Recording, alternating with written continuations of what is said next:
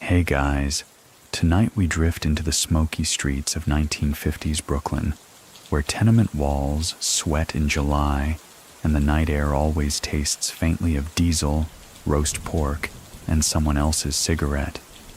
Picture a boy, maybe 10, standing by a cracked window in a fourth-floor walk-up on Columbia Street. His nose is pressed to the dirty glass, one sock pulled halfway down, eyes darting between the parked Buicks below, and a man arguing in front of a deli.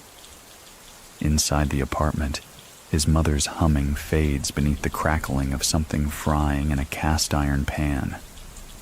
Outside, it's just another evening stitched together with shouting and the slow clack of high heels over concrete. That boy? He's Joe Gallo. You might know him better by the name the newspapers gave him, Crazy Joey. But the truth, as always, is messier. He wasn't crazy. At least not in the way they meant. You probably wouldn't survive this neighborhood. Not back then. Not with its unwritten rules, alley whispers, and the way someone could vanish between 9:12 and 9:14 p.m. without leaving behind so much as a cigarette butt. So, before you get comfortable, take a moment to like the video and subscribe, but only if you genuinely enjoy what I do here. And let me know in the comments, where are you listening from tonight? And what time is it there? Now, dim the lights. Maybe turn on a fan for that soft background hum, and let's ease into tonight's journey together. Joey Gallo doesn't belong to quiet. Even as a child, he has this buzz inside him, like a fridge motor that won't shut off. He watches people with unsettling intensity, like he's taking notes for a play he hasn't written yet. The neighbors call him odd. His teachers call him gifted, then troubled, then absent. He's got an older brother who follows rules and a younger one who worships him. But Joey sees life as a performance, and he's determined to star in every scene. He's small, but wiry, with eyes that almost seem to smirk even when his mouth stays still. And he doesn't blink often. That gets noticed. His mother, Mary, says he was born wide-eyed. The doctor didn't even have to spank him. He just looked around and grinned like he was already in on the joke. The Gallo family lives in a 3-room apartment above a candy shop that occasionally sells more than just licorice. Their father, Umberto, everyone calls him Buster, runs numbers, but never anything loud. He's the type who keeps his head down, but his wallet folded wide open. If Joey learned anything from Buster, it's that silence buys safety, but style buys loyalty. One of the earliest memories Joey has, though whether it's memory or myth is unclear, involves a butcher knife, a dropped pork shoulder, and a man who dared insult his mother's accent. Joey's maybe 6. He doesn't remember how the knife got in his hand, or how close he came to slicing someone's shoe, but the man backed off. That, Joey remembers with exquisite clarity. It's easy to forget how cramped Brooklyn felt back then, before the espresso bars, before the brownstone conversions. It was brick and sweat, and radios turned too loud because insulation didn't exist. On Columbia Street, every family knew the other's business, who drank, who wandered, who'd gone upstate and might not be back. Joey learns to read people the way some kids read comics. He clocks posture, pace, pauses in speech. He mimics voices, invents aliases. His favorite pastime isn't stickball. It's convincing grown men he's someone else entirely, just to see how long he can hold the illusion. One afternoon, around the age of 10, he sits alone in the hallway with a sketch pad. On the page, he's drawn a tiger wearing a fedora, smoking a cigarette. The tiger's holding a violin case. No one asks why. No one wants to know. You see, this is the beginning. Not of violence, not yet, but of imagination. And for Joey, that's the real weapon. His room is filled with oddities. Paintings he started but never finished, paperback books with the covers peeled off, and a glass jar of marbles arranged by color and size. Every object tells a story, and Joey treats each one like a clue in a puzzle only he can solve.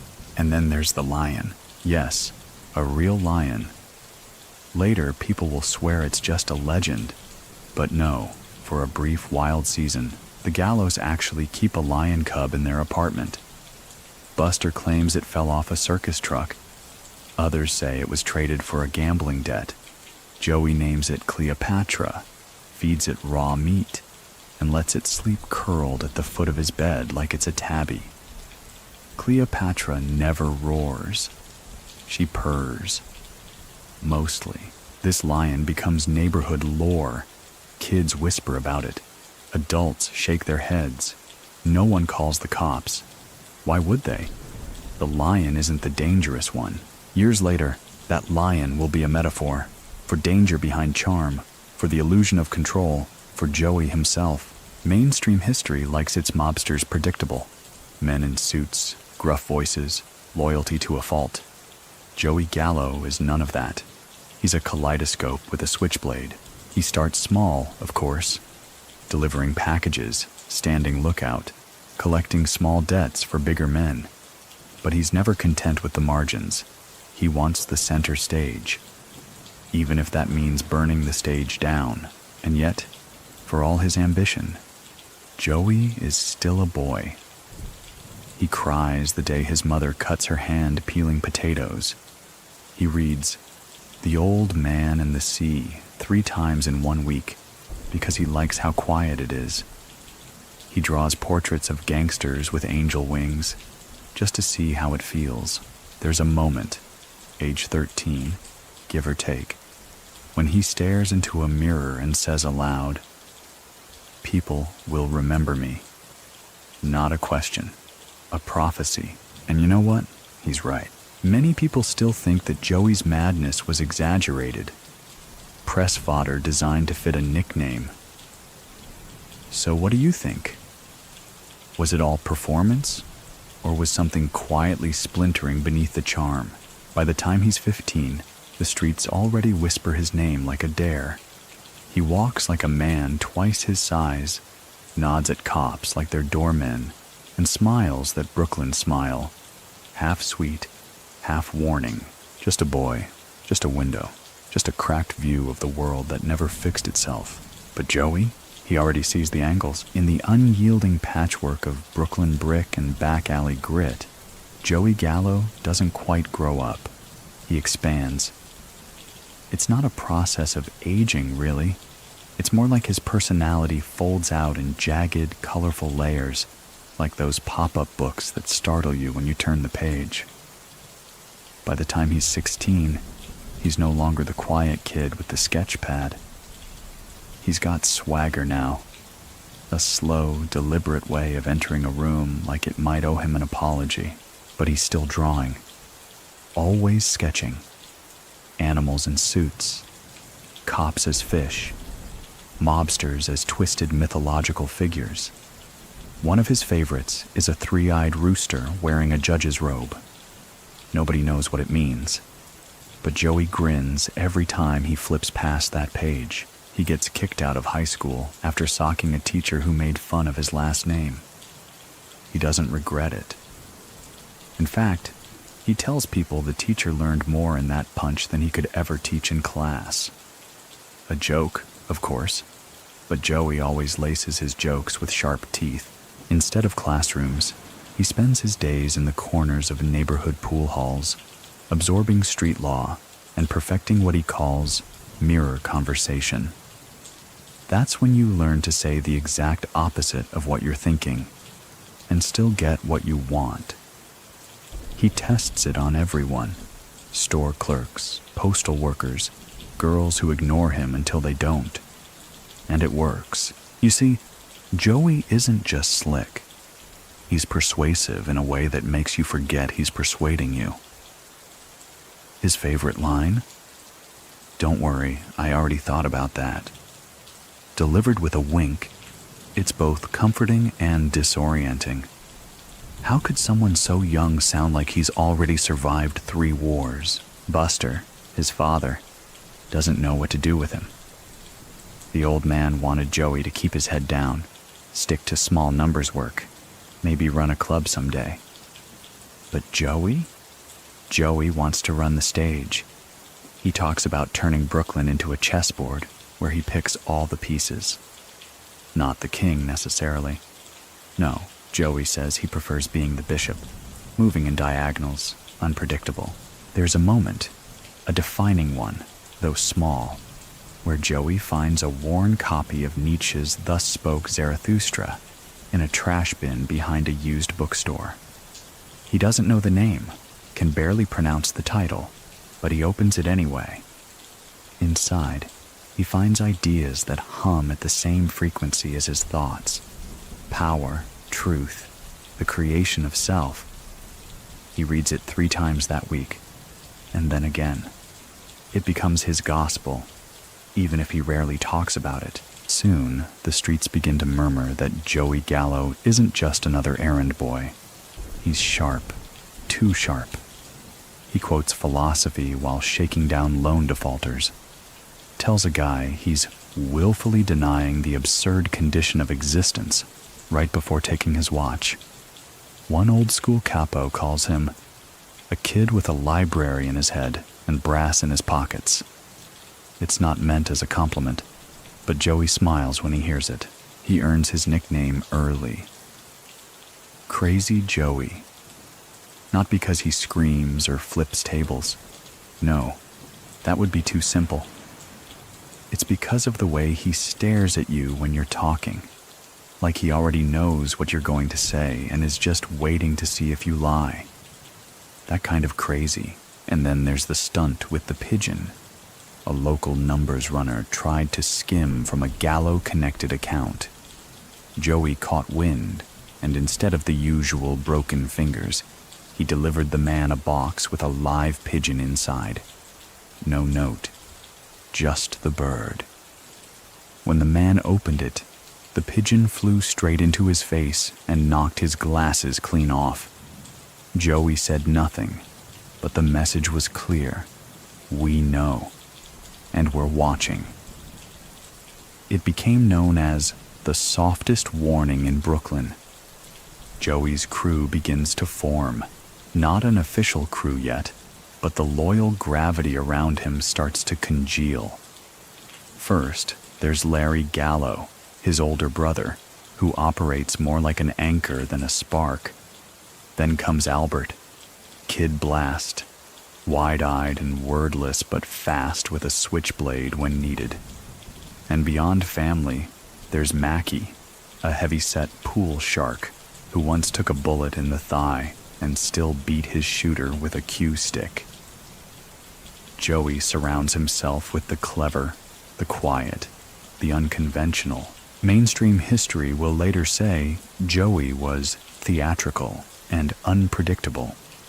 But many people still think that these traits were precisely what made him so dangerous, because he didn't follow the usual mob script. So, what do you think? Was he a liability to tradition, or the future they couldn't understand? There's an early test. A debt collection gone wrong on Union Street. A man refuses to pay, claiming Joey's too young to be taken seriously. Joey listens, nods, and then calmly sets the man's shoes on fire while he's still wearing them. Just the laces, just enough to make a statement.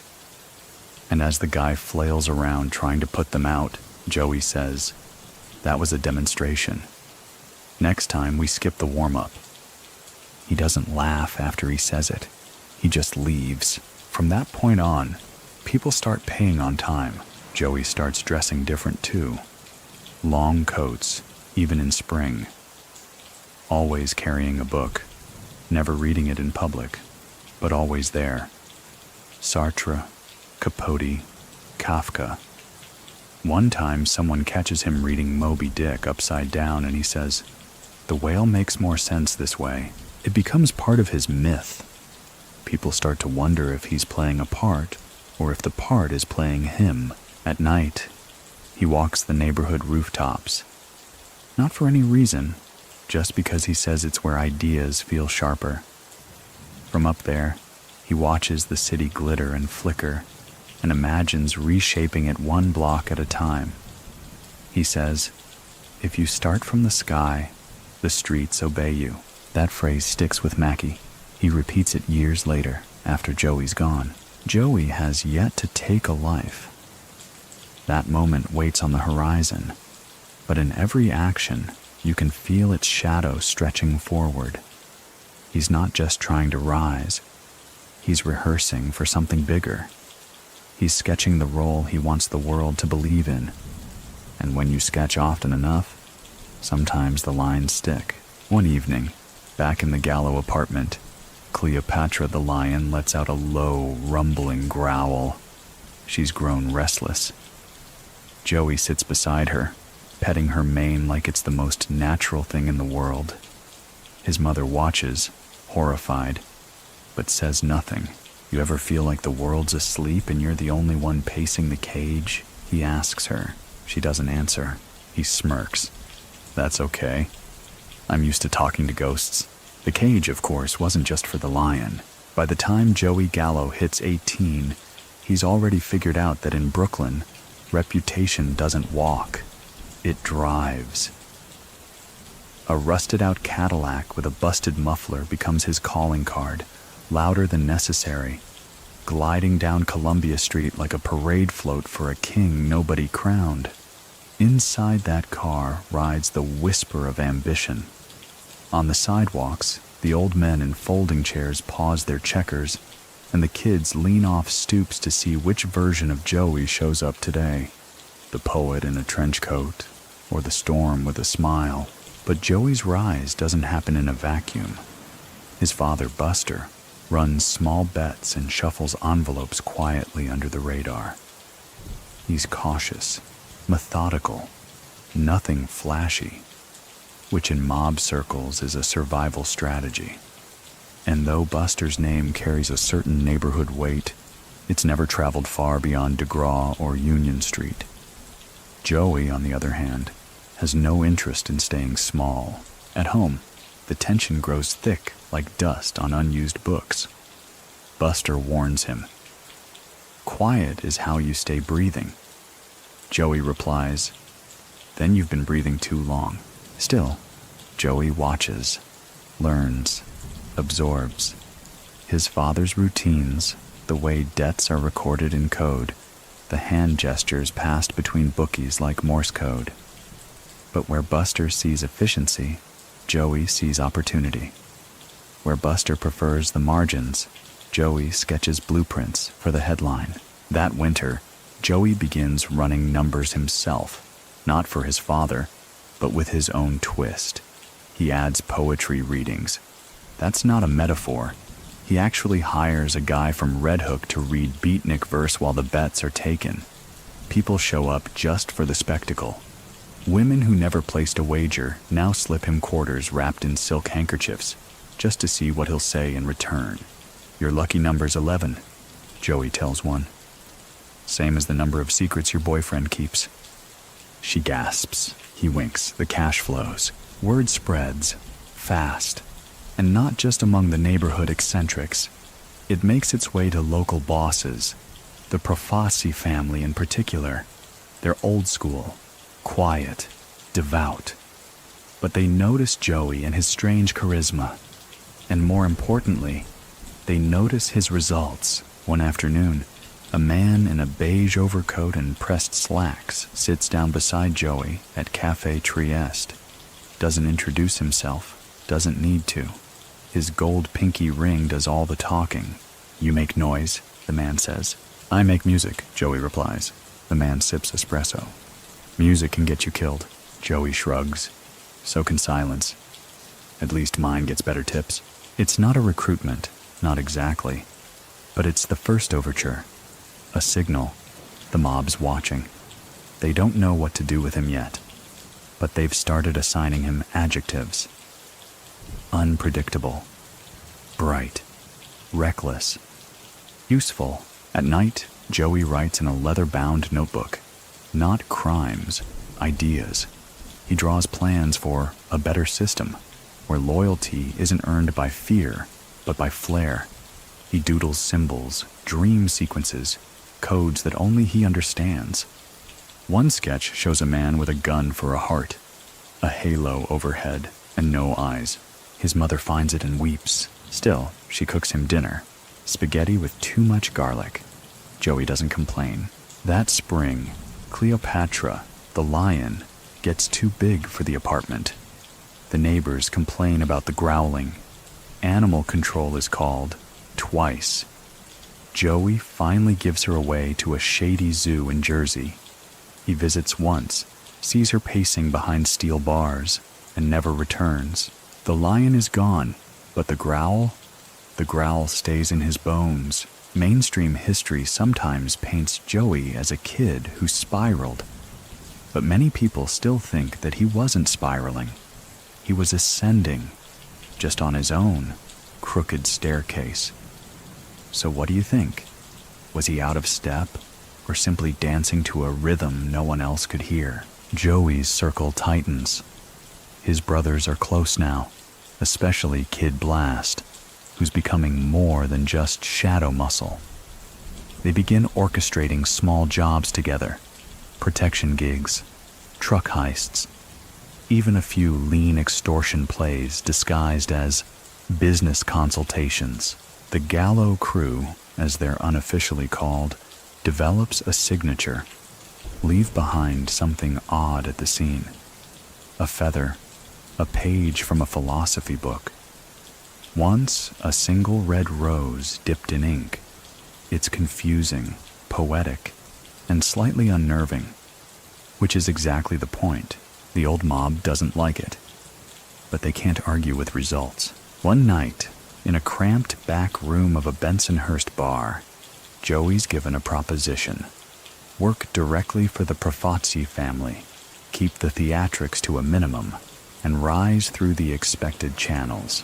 He listens, smiles, then asks, "What if I'm more interesting than expected?"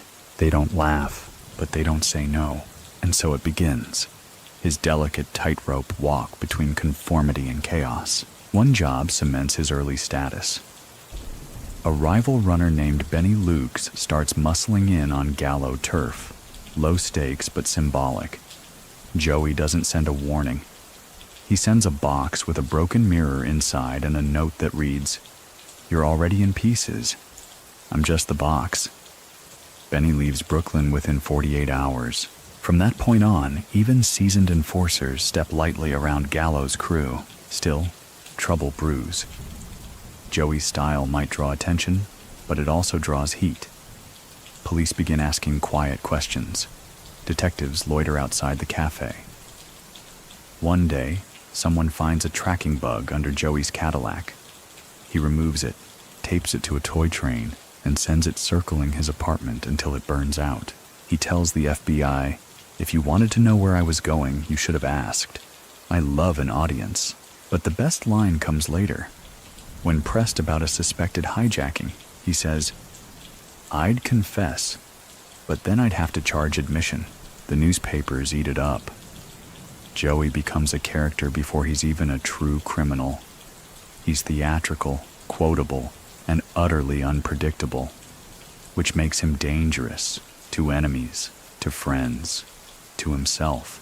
But through it all, he keeps writing, keeps sketching. One drawing shows a puppet with scissors in its hands, cutting its own strings. No caption, just a date, tomorrow. The story most people tell, the one that ends up in half-baked documentaries and hurried books, is that Joey Gallo's lion was the wildest thing in his life. That's because they never visited the Gallo apartment on a Sunday evening in 1955.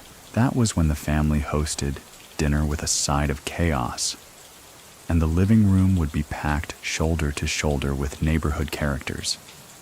Small-time crooks, loud cousins, political hopefuls, struggling musicians. If someone showed up with wine or a story, they were welcome. Joey, of course, held court, leaning against the wall, arms folded, always watching. And Cleopatra? The lion lounged nearby, tail flicking. No cage, no leash. Just a vague trust in her sense of decorum. It was during one such dinner that a man named Bobby Rags Raguso, fresh out of Rikers and 2 whiskeys too deep, decided to test Joey's patience. Rags made some offhand joke about Buster being just a glorified bookie with a pet cat. The room froze. Even the lion seemed to go still. Joey didn't raise his voice. He didn't even stand. He just smiled and said, "Don't worry, Rags. Everyone wants to be remembered for something. Yours will be the time you said the wrong thing next to a lion." Nobody laughed. Rags left. No one saw him at Sunday dinners after that. Joey Gallo was never violent just for the sake of it. Not back then. He preferred fear administered with subtlety, like a violin note sliding beneath the surface of a film score. Violence to Joey was an exclamation point, but you didn't start every sentence shouting. That's why his next move wasn't a beating or a hit. It was a favor. Small. Strategic. A bakery on Court Street had been vandalized repeatedly. Spray paint, bricks through the window, that kind of thing. The owner was a gentle old Sicilian man who barely spoke English. Joey, out of nowhere, shows up with new glass and offers a friendship discount. Next morning, the bakery is spotless. Next week, the vandals vanish. No one knows how. But from then on, every loaf of bread Joey receives is still warm. That was his way. Build reputation not just with fear, but with usefulness. The Profaci family began to take closer notice. Joe Profaci, the olive oil king, was no fool. He valued tradition, control, and discretion. Gallo, with his smirks and sketches and lion stories, didn't fit the mold. But he also didn't cause problems. Yet. And in those days, being useful without being loud was rare, so Profaci sent someone. Anthony Tony Skins Corallo, a mid-tier enforcer with a nose for talent. He approached Joey in the back of a jazz club where Joey liked to sketch between sets. "You're smart," Tony said, sitting down without invitation. "Too smart." Joey looked up from his sketchbook. "And that's a problem because smart men get ideas, and ideas get men killed." Joey nodded, still drawing. "Then I'll keep mine quiet, for now." Tony laughed. "You know what you are, kid? You're a lion with a leash in your own hands. And Joey?" He didn't deny it, just flipped the page and began sketching Tony. Only he gave him the head of a raven and a key between his teeth. But while Joey was collecting favors and forging a name, something darker was shifting in his own bloodline. Kid Blast, his youngest brother, was starting to drift.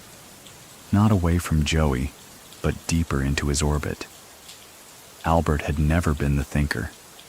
He followed, fast and loyal. But now he was getting into fights over slights too small to notice. One incident involved a coat someone borrowed without asking. Another, a spilled drink. Joey watched closely. He knew that when someone stopped respecting small boundaries, bigger ones would fall soon after. So he pulled Albert aside one night and said, "You don't need to fight for my name. I already did that." Albert looked away. "I'm serious," Joey added, soft but sharp. "I don't need a soldier who forgets what war we're fighting." That was Joey, equal parts big brother and mob philosopher. And the truth? Joey was starting to wonder about the rules. Not just the Mafia's rules, the ones written in blood and silence, but life's whole instruction manual. Who got to say what power looked like? Why did loyalty only go up the chain but never down? He shared some of this with Mackie one night on a rooftop. They sat with cheap wine and a shared cigarette, looking down at Brooklyn's blinking windows. You ever think, Joey said, that maybe we're just characters in someone else's story? Mackie squinted. Nah, I write my own. Joey chuckled. You sure? What if someone's been holding the pen the whole time? You drunk? Maybe. Or maybe I'm just tired of reading other people's scripts. It was this kind of talk that made Joey feel dangerous. Not because of the content, but because he meant it. Then came the pool hall incident.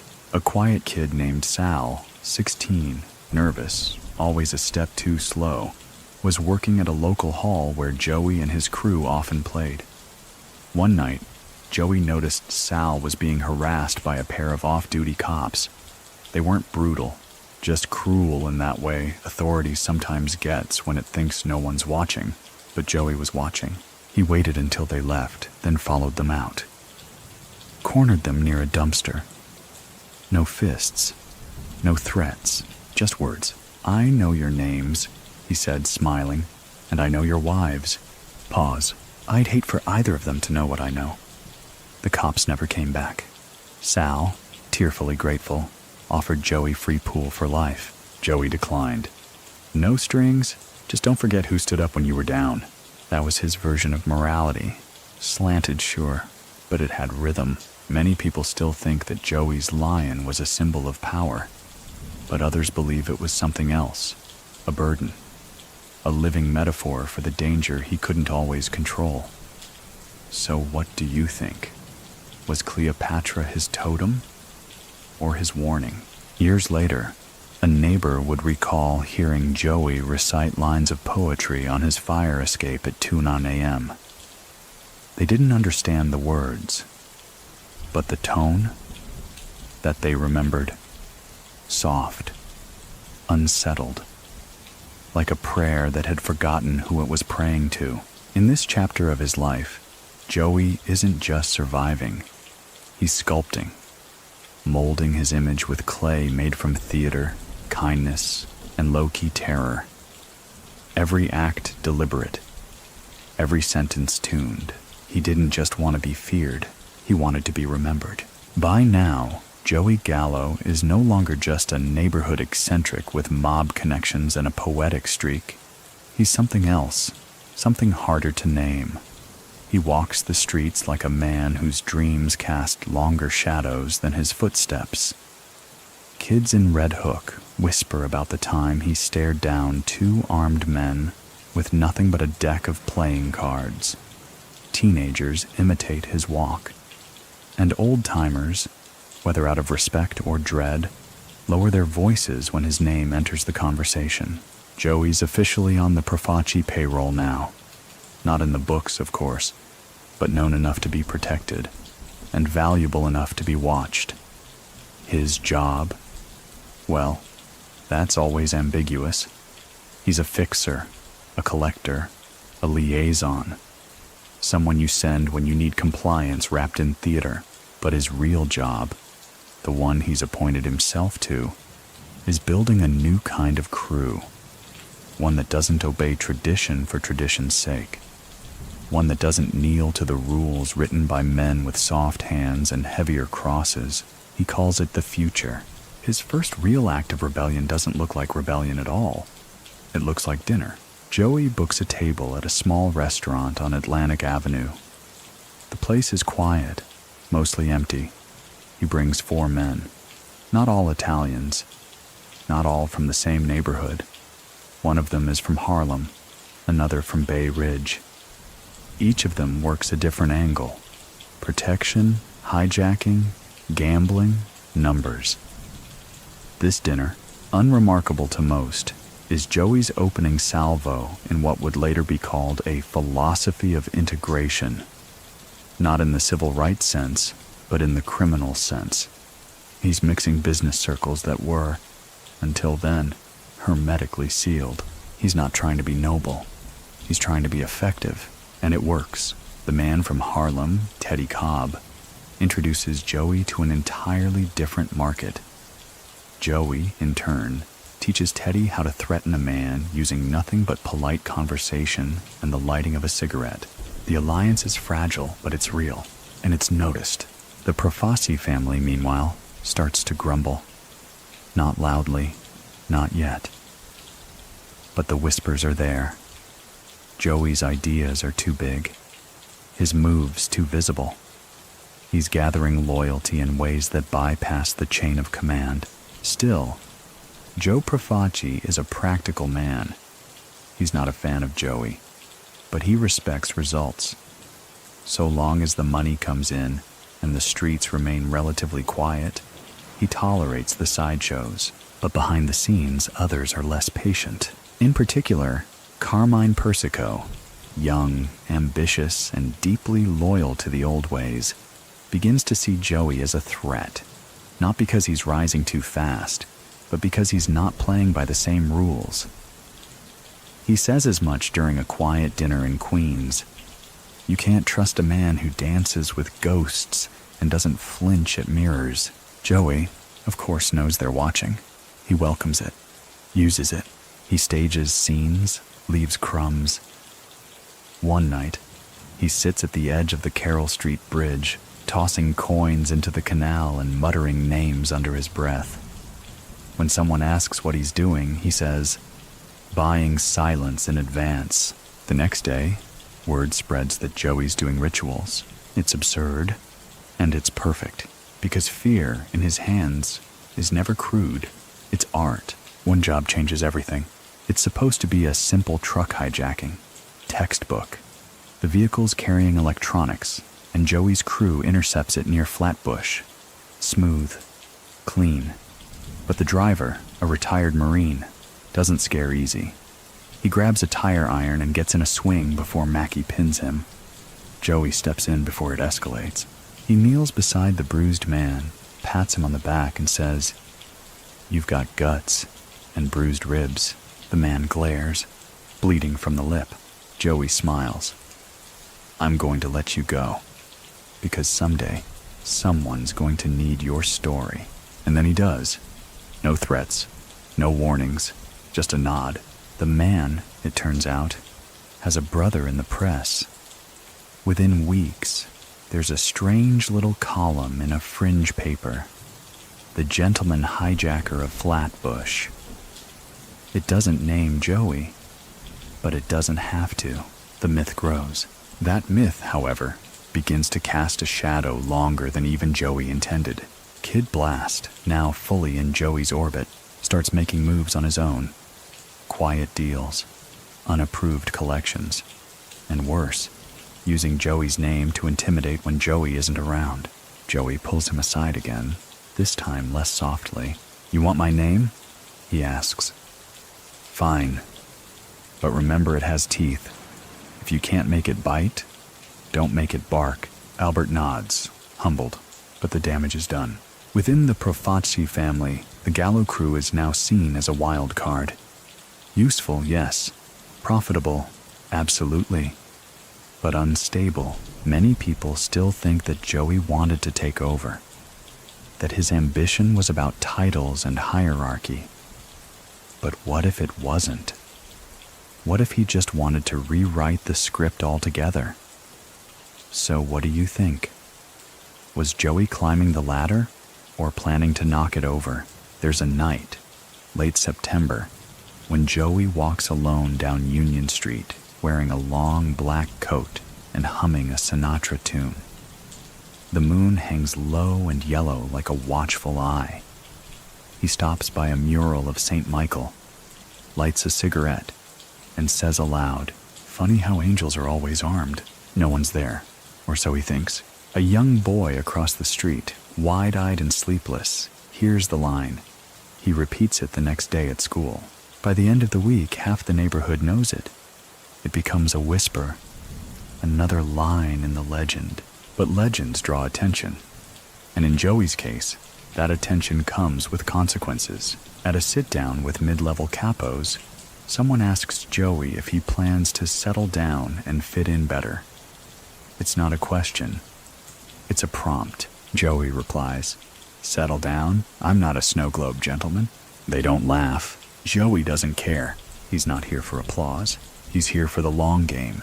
There's a peculiar kind of silence that falls over a city right before something ruptures.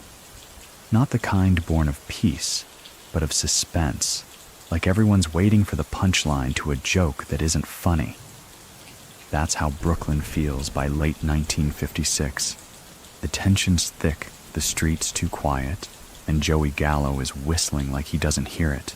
But he does. He always does. He's just choosing not to blink.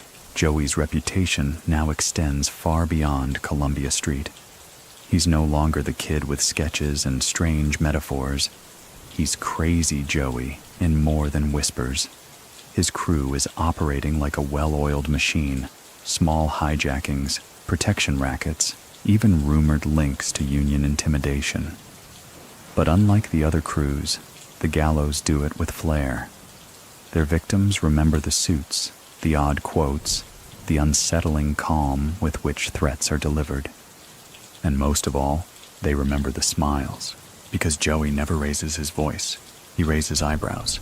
At the heart of his growing success is one thing the old families undervalue: style. Joey understands that fear is temporary, but stories are forever. Every move he makes with an eye on the narrative. He doesn't just break a man's kneecaps. He leaves a calling card, a chess piece, a playing card. Once, he sends a music box playing La Vie en Rose to a man who owed him 30 grand. The guy pays within the hour. It isn't about cruelty. It's about control, and nothing controls people better than mystery. Meanwhile, the Profaci family is changing. Joe Profaci is aging, becoming more reclusive. His demands grow more rigid: tribute, attendance, loyalty. The Gallos grow restless. They don't like the iron grip, the way the profits flow upward, but the risk stays at street level. Joey voices this openly, too openly. At a backroom meeting near Bay Ridge, he tells a fellow crew leader, "This isn't a family. It's a vending machine. Put in loyalty. Watch nothing come out." The line spreads like fire. Quiet laughter behind hands. Uneasy glances. The idea that someone might challenge the hierarchy is dangerous enough. But the fact that it comes from someone as visible as Gallo, that's gasoline on a fuse. Still, Joey moves forward, unafraid, or at least unwilling to show fear. He begins to surround himself with thinkers, not just hitters, men who quote Camus, painters, philosophical bartenders. His apartment becomes a rotating salon of oddity, half headquarters, half beatnik speakeasy. There are meetings about numbers and territory, and then impromptu readings of Neruda. And yes, there's still a lion skull on the bookshelf, bleached clean. A reminder. One night, during one of these strange gatherings, someone suggests Joey's crew should go independent, form their own family, a Gallo faction. Joey doesn't dismiss the idea. He just says, "Why start a family when you can write a revolution?" The room goes silent, then a slow clap from the far corner. It's Kid Blast, and then comes the turning point. A shakedown gone too smooth. A small business owner in Queens, tired, sick, drowning in gambling debt, agrees to the Gallo crew's offer of protection. Only, within hours of agreeing, the man is found in his shop, slumped over the counter, dead from a heart attack. No signs of trauma, no sign of robbery, but on his desk is a note, unsigned. "Don't worry, you're safe now." The police can't pin anything on anyone, but they start watching. And more importantly, so does the commission. The Mafia's commission, the governing council of the 5 families, isn't exactly worried yet. But the whispers are rising. Gallo isn't just unpredictable. He's now a variable. And the commission doesn't like variables. Joey gets summoned to a quiet dinner, neutral territory. Carmine Persico is there. So is Joe Colombo, still young, but clearly being groomed. They don't threaten Joey. They probe him. "What do you want, Joey?" He grins. Isn't that the question everyone's too afraid to answer out loud? A pause. Columbo narrows his eyes. So answer it. Joey leans back, folds his arms, and says, I want a seat at a table that doesn't exist yet. No one responds. No one needs to. The air thickens. Back in Brooklyn, Joey senses the walls closing, so he shifts tactics. He becomes more generous, gives money to churches, throws cash at local festivals, donates anonymously to struggling musicians, even pays for a neighbor's daughter's surgery. He tells Mackie, you want to live long in this business? Make sure half the city owes you something they can't repay. Mackie replies, and the other half? Joey shrugs. Fear works on them. One peculiar moment from this period. Joey visits a fortune teller. No joke. An old woman on Atlantic Avenue who reads palms and smokes clove cigarettes. She looks at his hand and frowns. You're not long for peace, she says. He smirks. That's okay. I'm allergic to silence, she adds. There's a night coming. Blood on linen. A song in the background. He lights a cigarette. Then I hope it's Sinatra. Many people still think that Joey's charisma was just a mask, that underneath it was chaos ready to erupt. But what if it wasn't a mask? What if it was armor? So what do you think? Was Joey hiding madness or shielding us from a mind too clear? The Gallo crew begins to split its operations. Some men still loyal to Profaci, others quietly aligning with Joey's vision. The lines blur. The old rules bend. And in the margins, Joey writes poetry about loyalty and loss. One of his entries reads, they tell me to sit, so I run. They tell me to wait, so I whistle. I don't want their gold. I want the map. That poem, later found in a burned notebook, would be quoted decades later in a documentary no one watched at noon on PBS. But in 1956, it's just one more line in a story that's beginning to tilt. Because Joey doesn't know it yet, but the blood is coming. And the music? It's already started to play. There are moments in gangster history where the air feels charged, like thunders coiling somewhere just behind the clouds. Brooklyn in early 1957 is one of those moments. The stoops are quieter. The coffee shops are more suspicious. And Joey Gallo? He's pacing longer than usual, eyes darting like he's trying to read headlines before they print. That's when the whispers become sirens. The Profaci family, Joey's unofficial godfathers, start collecting tighter. Tribute goes up. Favors are called in. Men who were once just shadows become visible, and they're not smiling. And at the center of it all, a growing tension between the Gallos and their boss, Joe Profaci. You see, Profaci is a man of the old cloth, literally. He keeps a personal chapel, makes generous donations to the Vatican, and prefers dinners that begin with prayer. But his appetite for tribute is legendary. Some say he taxes his soldiers so heavily, it makes more sense to hustle independently. Joey certainly thinks so. He calls Profaci the Pope with the empty offering plate. Not to his face, of course, not yet. It all starts to splinter over a shipment of stolen goods. Nothing grand, just some cigarettes and furs. The Gallo crew pulls it off cleanly, moves the merchandise fast, and pockets a sizable chunk. But when the profits are tallied, Profaci demands a share that's not just steep, it's punitive. Joey balks, Kid Blast growls. Larry, the older Gallo brother, tries to mediate. But Joey... He walks out of the sit-down early, leaves his chair pushed back just slightly, like he might return. But don't count on it. That's Joey's way. Half threat, half poem. From that moment on, lines are drawn. Joey doesn't declare war, not outright. He starts with passive defiance. He skips a tribute meeting, sends a book of blank pages as a gift to Profaci, wrapped in black ribbon. No note. Just silence. Profaci is furious. Carmine Persico, now a rising star in the Profaci family, calls Joey a clown with a matchbook. He means it as an insult. Joey hears it and responds, "Clowns get applause, matches get remembered." And then comes the Cafe Reggio incident.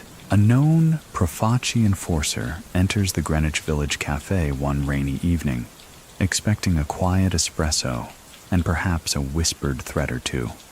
Instead, he finds Joey reading Kafka and humming. The enforcer, looking to assert dominance, makes a comment about kids playing Don. Joey doesn't flinch. Instead, he gestures to the waiter and orders the man a slice of pie. "You've got sugar in your tone," Joey says. "Might as well eat something sweet. It's not violent, it's humiliating." The enforcer never returns to the cafe, but the story does. It spreads. And just like that, Joey's not just defiant, he's publicly defiant. Back at Profaci headquarters, the murmurs become planning sessions. The Gallos are now considered a rogue outfit, a problem to solve. But here's the rub. They're also popular. Not just among civilians, but among other street-level soldiers. Joey treats his men with respect, shares the profits, doesn't bark orders unless necessary, and he listens, actually listens, when someone speaks. One man from the Bronx says, "Working for Joey feels like breathing different air. That kind of loyalty is dangerous."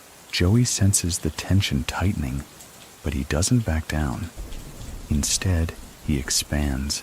He begins recruiting more aggressively. Leaner, younger guys, outsiders, guys who were too clever or too strange for the traditional crews.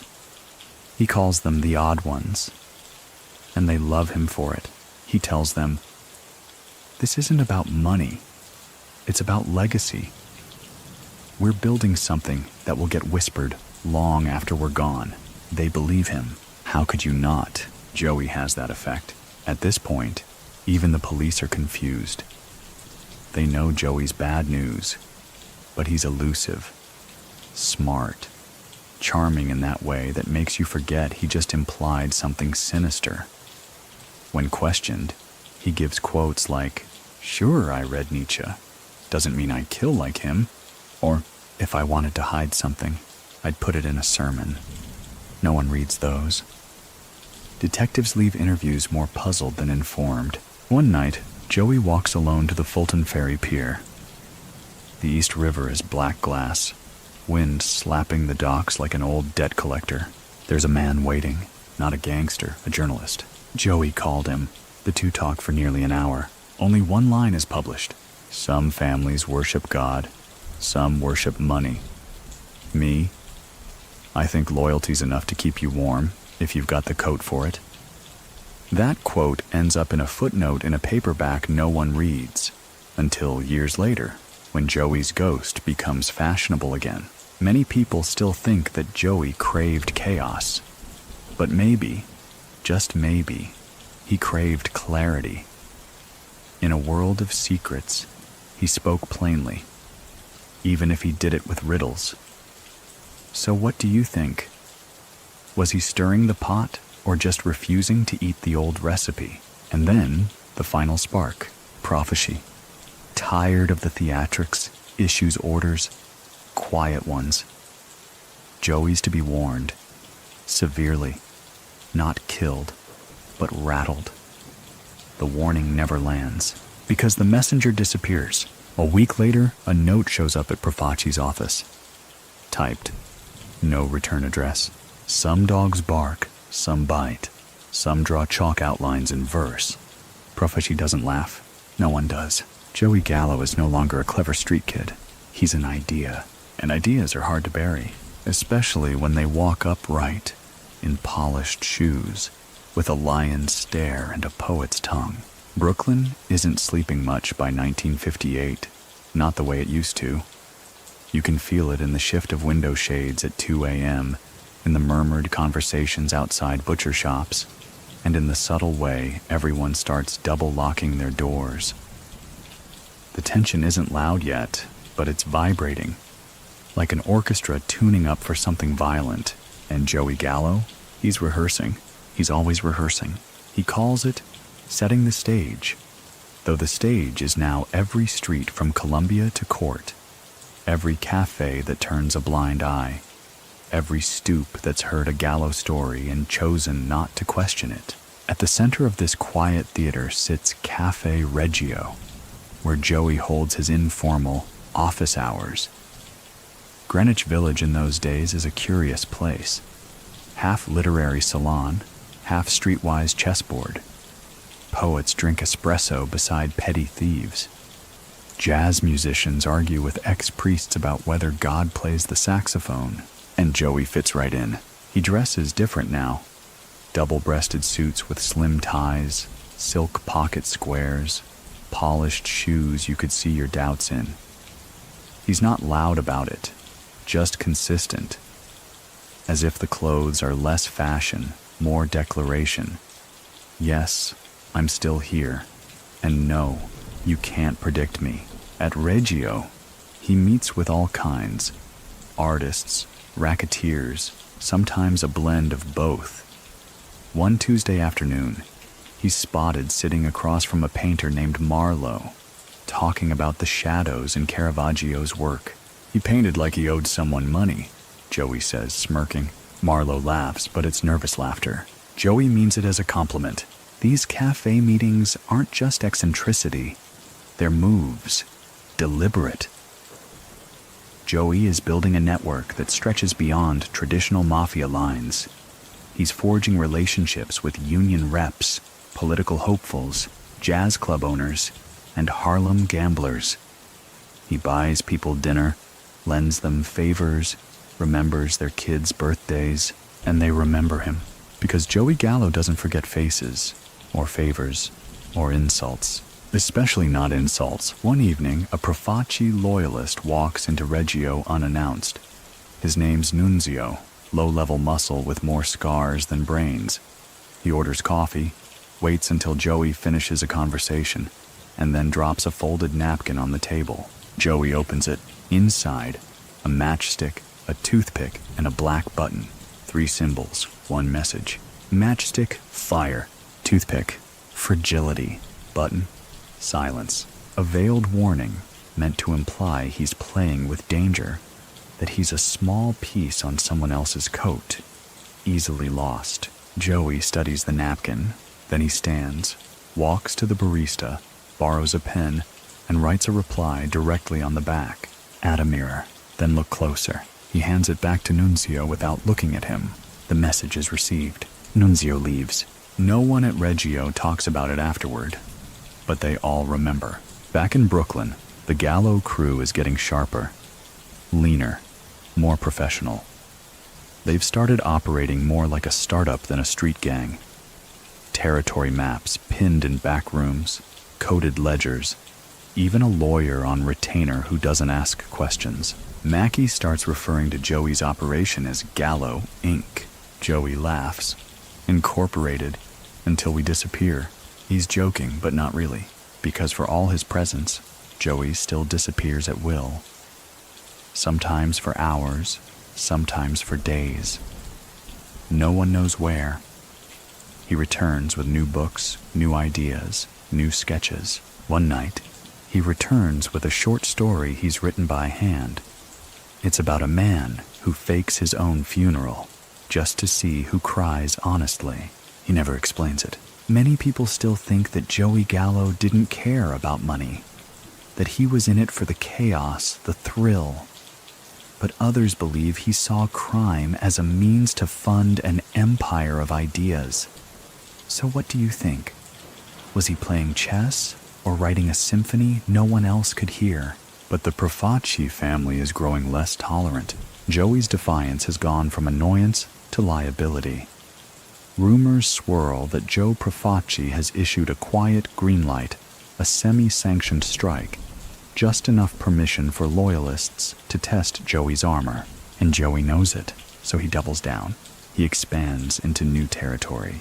Just 2 blocks at first, then 4. Moves in without asking, but pays off the right locals to ensure silence.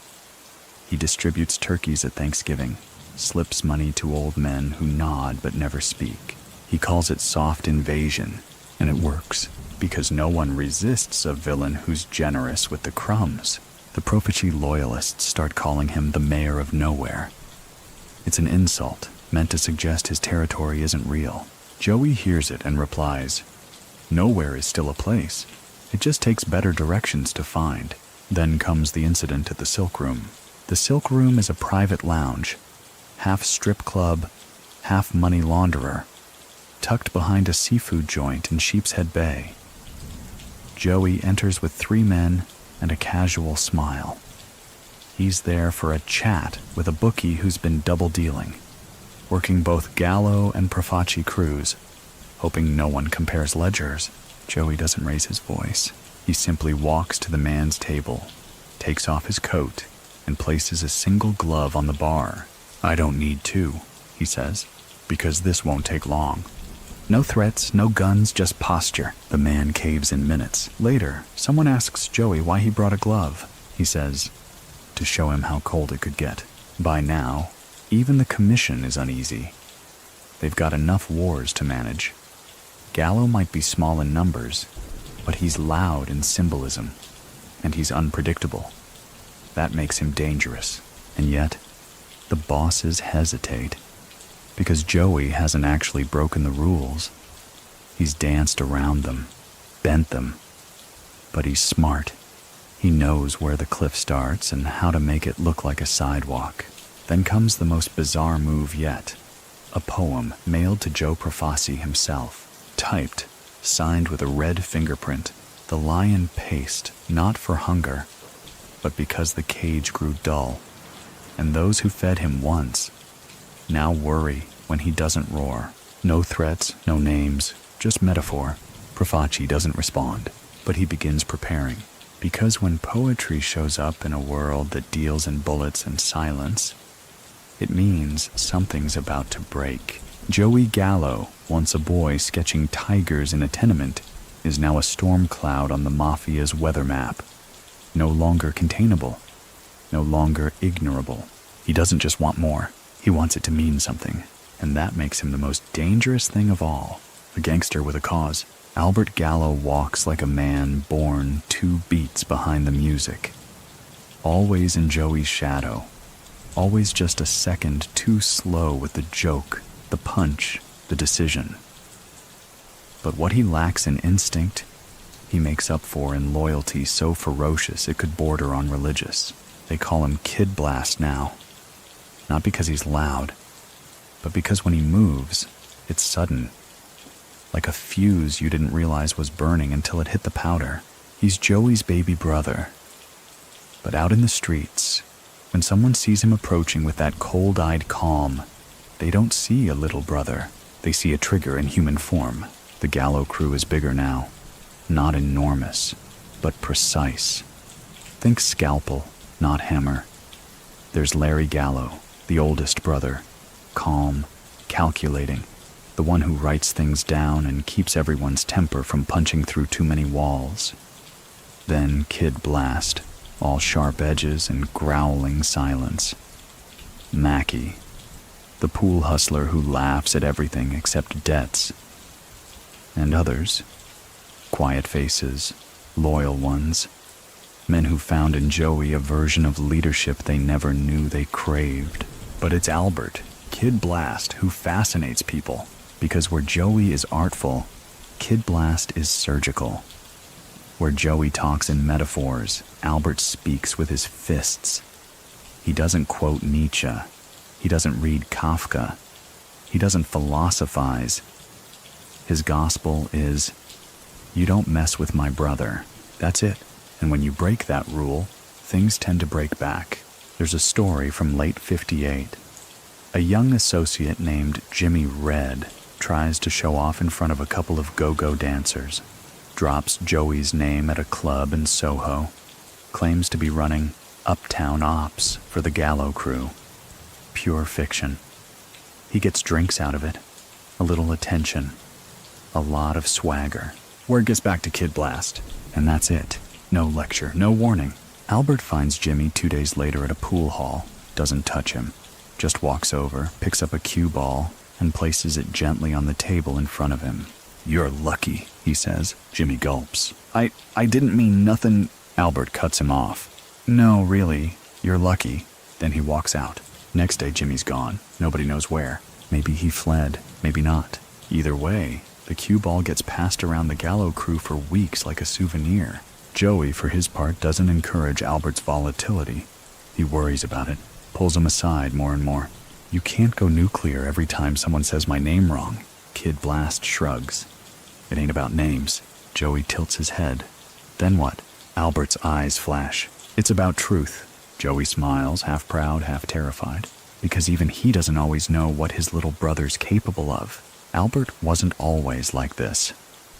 As a kid, he was soft, sensitive, the kind who cried at cartoons and tried to fix broken toys for stray cats. But something shifted in his teens. Maybe it was the street fights. Maybe it was seeing Joey come home bloodied one too many times. Whatever it was, it turned the softness into something else. Now he's the man who walks into a room and makes it colder. Not louder, colder. There's a moment, one of those quiet ones no one writes about, when the Gallo brothers are sitting on a rooftop, eating sandwiches, looking out over the city like kings without a kingdom. The wind is soft. The lights blink like they're breathing. Joey says, "Do you ever wonder what we'd be doing if we weren't doing this?" Albert takes a long bite, chews slowly, swallows. "Then, you'd be teaching. I'd be breaking people's fingers for forgetting to pay tuition." They both laugh, but not all the way, because it's not entirely a joke. Back on the streets, people are starting to recognize Kid Blast more. Not by name. He still doesn't talk much. But by rhythm. The way his boots sound on wet pavement. The way his stare cuts through small talk. The way his silence carries authority. He's becoming Joey's enforcer, his message, his edge, and sometimes his echo. One night, a Gallo crew runner gets ambushed by Profaci loyalists, cornered in a deli, roughed up, warned to pick a real side. The runner escapes, bruised and bleeding, and tells the story with shame in his voice. Albert says nothing, but the next evening, the deli burns down. No one's hurt, but there's a note left in the ashes, scrawled on butcher paper. "That was my silence. You won't like my reply." It's not signed, but everyone knows. Many people still think Kid Blast was just Joey's shadow, but others say he was the reason Joey could walk so boldly. Because behind every smirk, there was a loaded silence waiting to explode. So what do you think? Was Albert Gallo a sidekick, or the sword Joey kept sheathed in charm? There's a rumor, never confirmed, that Albert once walked into a Profaci-controlled bar, ordered a drink, and left a pocket knife on the counter with the initials KB carved into it. He didn't say a word, just sipped his drink, left a 20, and disappeared into the fog. The knife stayed there for months, until someone finally removed it. No one ever claimed it, but no one ever sat in that stool again either. The Gallo brothers, Joey, Larry, and Albert, are becoming a triangle that the Profaci family can't quite predict. Larry is the voice of reason. Joey is the mind. And Albert is the reminder. The constant threat that any slight, no matter how small, will echo back with force. And when Albert does speak, which is rare, he tends to say things that land like gravel in the gears. Like, "Some men speak with guns, I speak with consequence." Or, "Apologies aren't worth much, but they weigh more in teeth." That last one gets printed on a t-shirt in some bootlegger's basement years later. But it started in a basement that smelled like gasoline and fear. In time, people learn to fear Joey, but they avoid Albert, because Joey might spare you. Albert won't, and not because he's cruel, but because loyalty to him is law. The Profaci family begins to feel boxed in. Every move they make echoes back. Every message they send, Joey already seems to know. Every corner they try to reclaim, the Gallos reclaim back, faster, quieter, sharper, They begin to suspect something worse than betrayal. They begin to suspect vision, and that's when they start to panic. In the winter of 1959, the streets of Red Hook carry that gray, slow churn. Snowmelt mixed with motor oil, slush dragging against curbs like forgotten promises. It's the kind of season where most men lie low, wait for spring, and keep their heads down under wool caps and false smiles. But Joey Gallo, he starts a rebellion. And it doesn't begin with a gun. It begins with a gesture, a refusal. The Profaci family, growing more rigid, more paranoid, and more insatiable by the week, calls for an increase in tribute. Every crew is expected to cough up a larger cut. No exceptions, no negotiations. Joe Profaci himself sends word down through the ranks with the finality of scripture. Joey hears the demand, sits in his apartment, lights a cigarette, then laughs. More? He says aloud to no one. For what? The honor of being underfed? Larry urges caution. We're still part of the family, Joey replies. Then maybe this family needs a new will. And just like that, the first brick of open rebellion is laid. He doesn't send a message. He sends silence, the most dangerous form of communication in the underworld. For weeks, the Gallo crew pays nothing. No envelopes, no nods, no explanations. Just quiet, and in that silence, something begins to shift. Other crews notice. Some whisper admiration. Others sniff betrayal. But none of them deny one simple truth. Joey Gallo just challenged Joe Profaci to a staring contest, and Joey doesn't blink. The Profaci family responds with pressure. Phone calls at odd hours. Men parked in cars across from Gallo haunts. One night, 3 soldiers corner a Gallo runner in an alley and deliver a message the old-fashioned way. With boots and broken ribs, Joey retaliates the next night. Only he doesn't send fists. He sends flowers. A dozen black tulips, delivered anonymously to the same 3 soldiers' mothers. No note, just petals the color of bad dreams. It's not violence. Not technically, but it's loud. Soon after, Joey starts recruiting more aggressively, especially among younger soldiers disillusioned with Profaci's increasingly demanding rule. He doesn't promise them riches. He promises them autonomy. He says things like, "Why worship a God who eats more than he blesses? And I don't need an empire. I need a circle that doesn't leak." These aren't just clever lines. They're manifestos. And they land. Men start drifting toward Joey, slipping out of Profaci's shadow and into Gallo's candlelit world of jazz, poetry, and power. The Profaci family officially notices the defection, so they respond the old way, with a wedding. Not a real one, a symbolic one. A sit-down arranged under the pretense of peace. Gifts exchanged. And all of it cloaked in tradition, in honor, in a performance so scripted it might as well have been a Broadway play. Joey doesn't attend, sends a fruit basket instead, with a card. It reads, "May your unions be fruitful.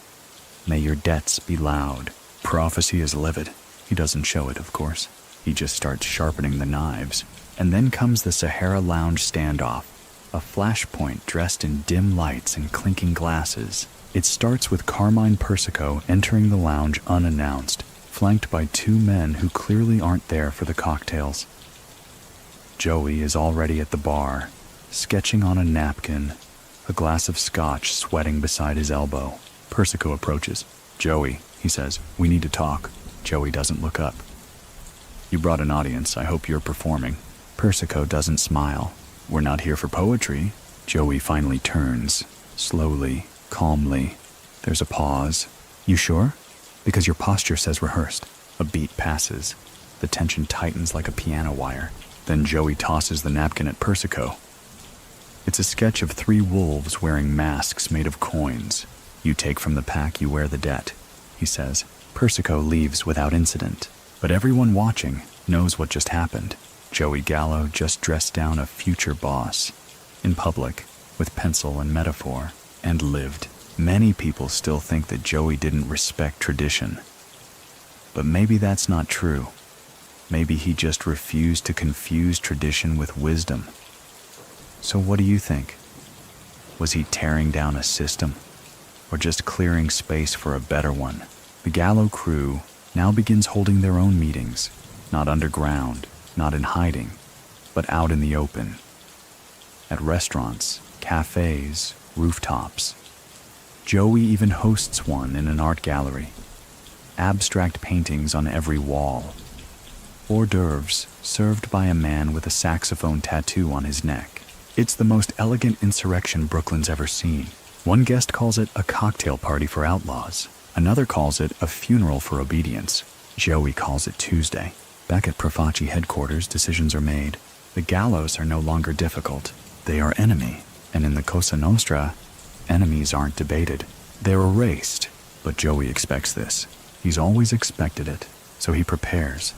Not by digging in, but by spreading out. The Gallo crew becomes mobile, unpredictable, split across safe houses and storefronts. No one sleeps in the same place twice.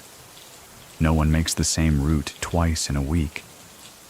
And Joey himself becomes mythic, appearing at jazz clubs unannounced, vanishing before the third set, leaving behind cigarette butts and whispered lines, like, if they want to find me, they better learn to read riddles. Or, you can't shoot what doesn't sit still. Then one night, out of nowhere, a man delivers Joey a message.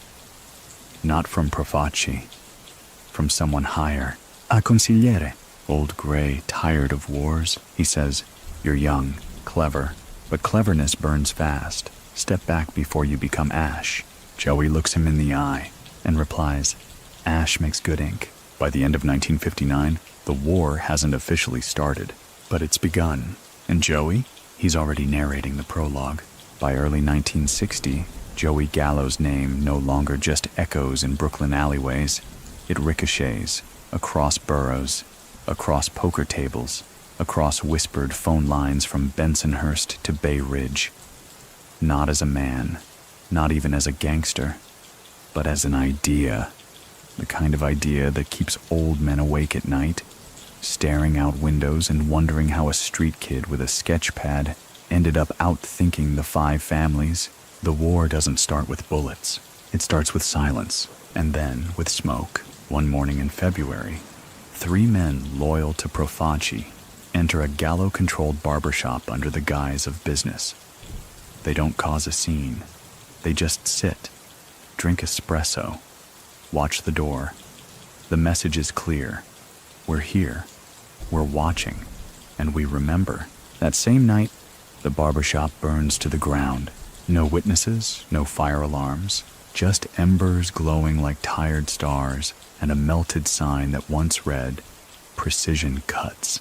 There's no official claim of responsibility, but everyone knows. Joey doesn't deny it. He simply walks into another Profaci business the next day, tips the bartender, and leaves behind a single match. Still unlit, still dry, still a choice. This is no longer rebellion. It's chess, and Joey is playing fast. He splits his crew into cells, each with separate leaders, separate responsibilities. No one man holds all the keys. Not even Joey. It's a web, a network, and it drives the Profaci hierarchy into frustration.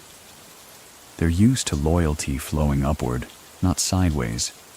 They're used to orders being obeyed, not interpreted. Joey doesn't give orders. He gives themes, and the men who follow him, they improvise like jazz musicians. Even his language starts to change.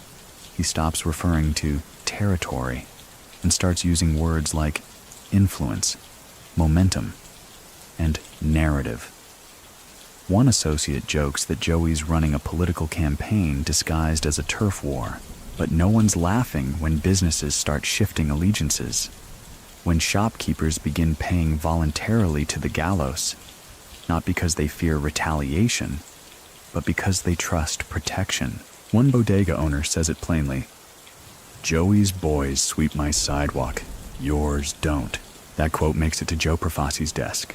He tears the paper in half, and then, like clockwork, comes the counterstrike. 5 men, 2 vans, one dark alley behind a social club. They're not amateurs. They've been sent with precision and permission. Their target? Larry Gallo, the older brother, the steady one, the voice of reason. The trap is set cleanly. Larry's lured outside under the guise of a casual conversation. He never returns, not that night. Instead, Joey gets the call. 3 hours later, he finds his brother unconscious, bloodied and zip-tied to a basement radiator, but alive. They beat him. They didn't kill him. Why? Because someone, somewhere, still thinks there's room to negotiate. Joey doesn't retaliate immediately. He waits, and then sends a message that echoes longer than gunfire. He walks into a Profaci-connected butcher shop, buys nothing, but leaves behind a violin case. No violin, just a single item inside, a brick of salt wrapped in black cloth, and a quote written in careful block letters: "Preserve your dead with care." He doesn't wait to see who opens it. Many people still think Joey Gallo went too far, too fast. But others argue he understood the times better than anyone. So what do you think? Was he provoking chaos or preventing it from being dictated by someone else? By now, the public knows something is happening. Reporters circle, police patrols increase, but the details are murky. Everyone suspects mob war. No one can prove it. And Joey, he leans into it.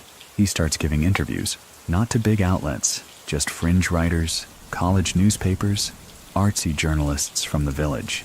He says things like, "Power is just the illusion of options," or, "They say I'm dangerous, I say they're lazy." One article quotes him as the beatnik Don. Another calls him Brooklyn's smiling contradiction. He keeps a scrapbook of the clippings. Not out of vanity, out of strategy.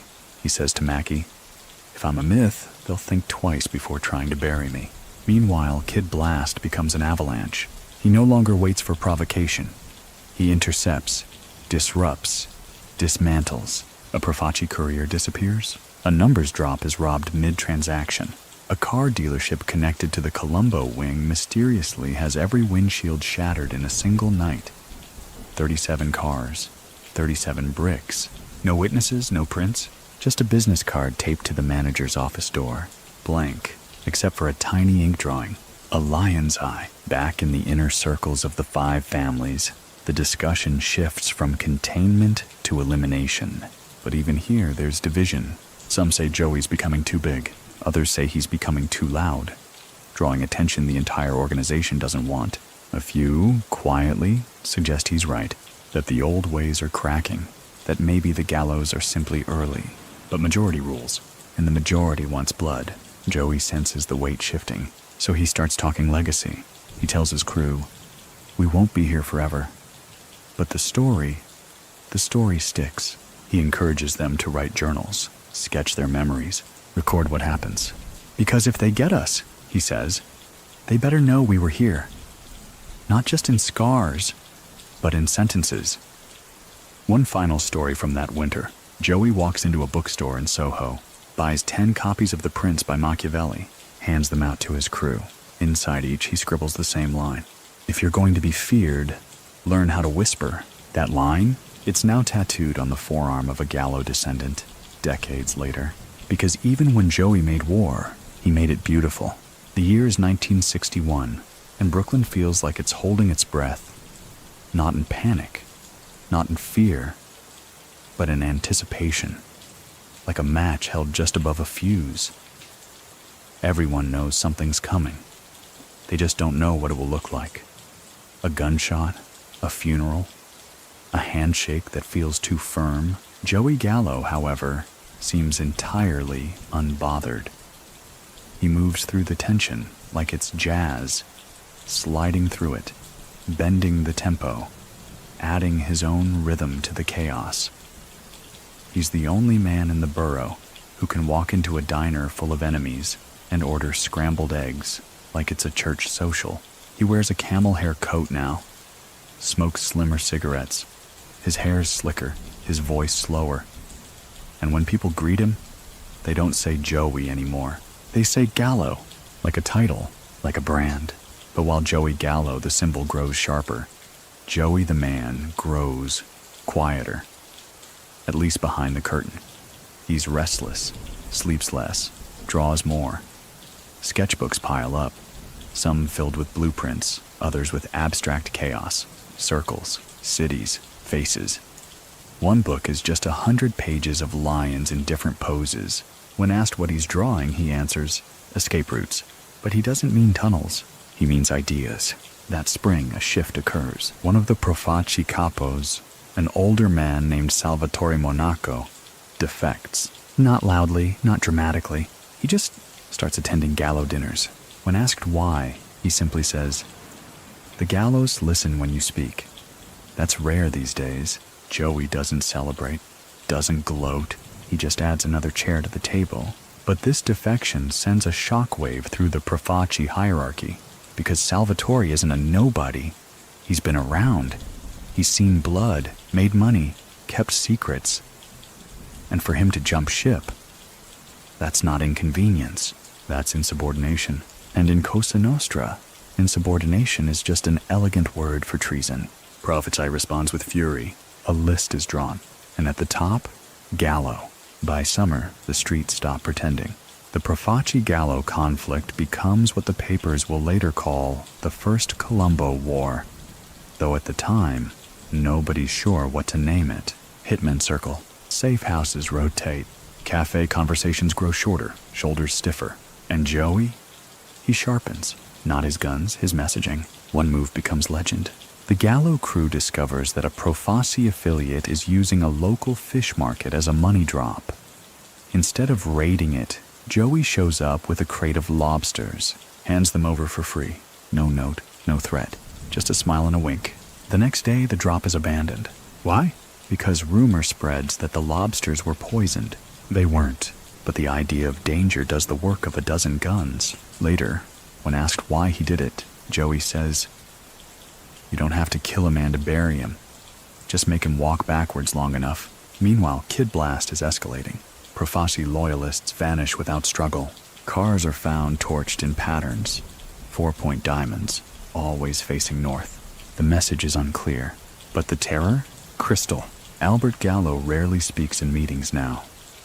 He just stands behind Joey like a storm in a silk shirt. Once, someone suggests dialing things down, just a little. Albert breaks a chair. No one mentions it again. And Larry? He's growing tired. The oldest Gallo brother starts missing meetings, talks less, drinks more.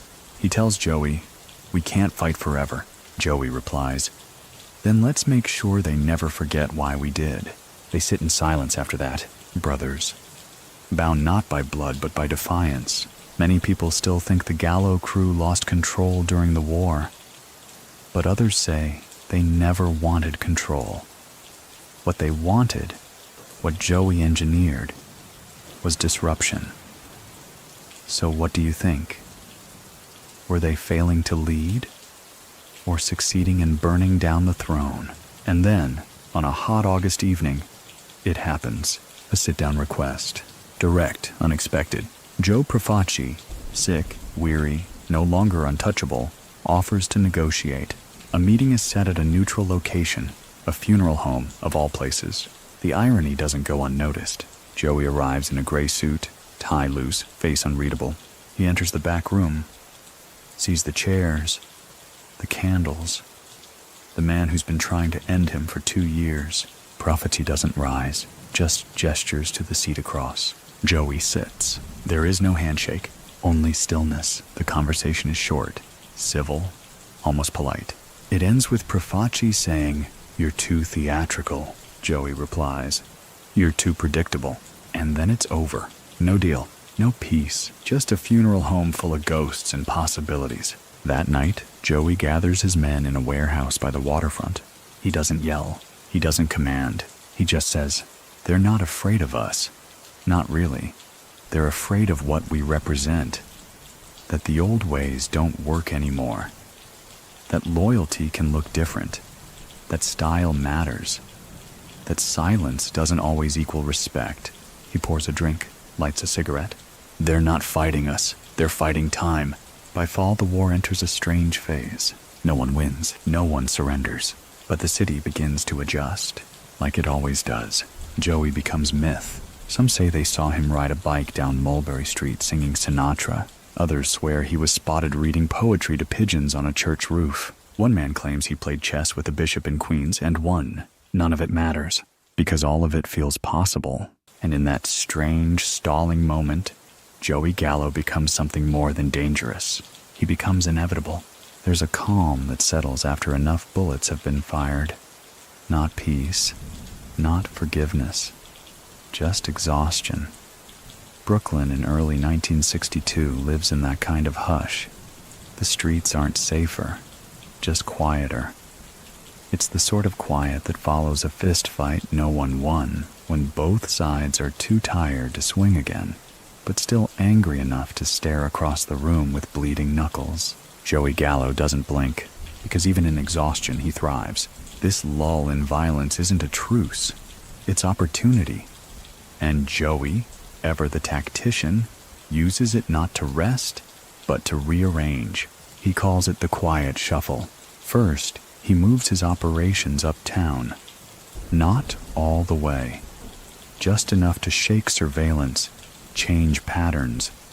Bars become butcher shops. Meetings happen in museums instead of back rooms. Orders are passed via jazz club pianists and bookstore clerks. His messages? Still riddles, still brilliant. Once, a butcher receives a lamb shoulder wrapped in newspaper. Inside, a note. We prefer peace, but we've remembered where knives live. No name, no follow-up. The message lands anyway. With Profasi's health declining, the Colombo wing starts shifting under Joe Colombo himself, who's trying to inherit power without the burden of Joey's war. He proposes a new approach. Less blood, more business. Joey listens. Joey declines. It's not about the business, he says, sipping wine on his fire escape. It's about who gets to choose how it's run. But behind the scenes, something unusual happens. Joey Gallo starts writing. Not just scribbles, not just journal fragments, an actual manuscript. Part memoir, part philosophy, part fever dream. He calls it The Smile Behind the Curtain. It opens with this line. Once upon a streetlight, I mistook survival for destiny, and I've been wrong ever since. It's never published, but fragments leak. A professor at NYU gets hold of a few pages and reads them aloud in a criminology course. The students don't know what to make of it. One of them writes in their notes, he's either a madman or a prophet. Possibly both. Joey's world becomes increasingly surreal. He starts wearing gloves, even in summer, carries a notebook with pages torn out in deliberate shapes, paints abstract murals in alleyways, always overnight, always unsigned. They're gone by sunrise, washed away. But some swear they saw lions in smoke, men with wings, guns melting into roses, and yet he never stops working. He reorganizes the Gallo crew into strict compartments. If one falls, the others don't topple. They meet in diners, in libraries, in subway stations. Everyone knows the protocol. Everyone knows the code. Loyalty is no longer a word. It's a system. One day, a young runner asks Joey if they're winning. Joey lights a cigarette, blows smoke. Then, you don't win a storm. You just survive it long enough to learn how to dance in the rain. The boy writes it down. Years later, it becomes the title of a documentary. And then comes the twist. Joey begins meeting with artists. Real ones. Gallery owners. Poets.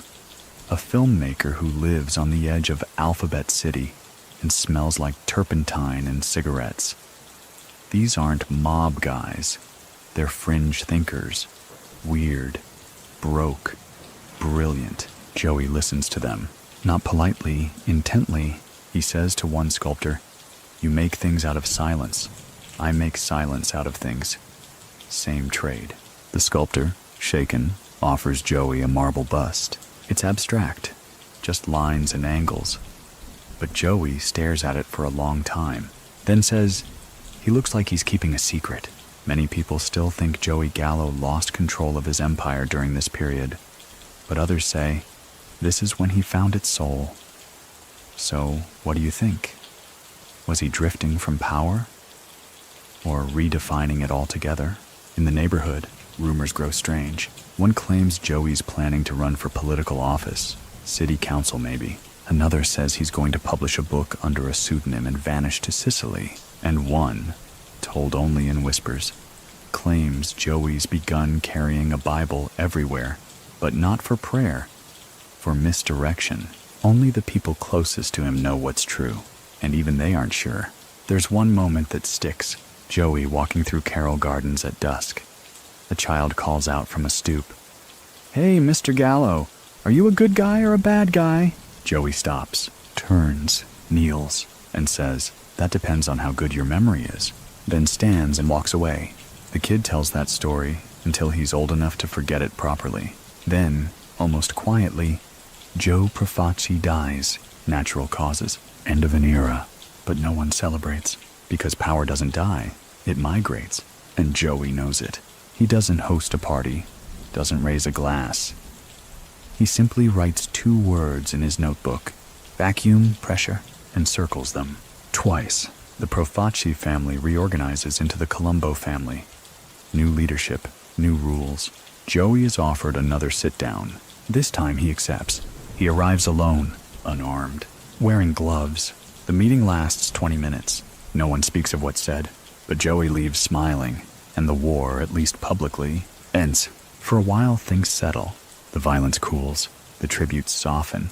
Joey Gallo walks streets again without flinching, but beneath the calm, something hums, like the pause between songs, the quiet between lightning and thunder. Because even a poet knows the end of a war is just the intermission before the final act.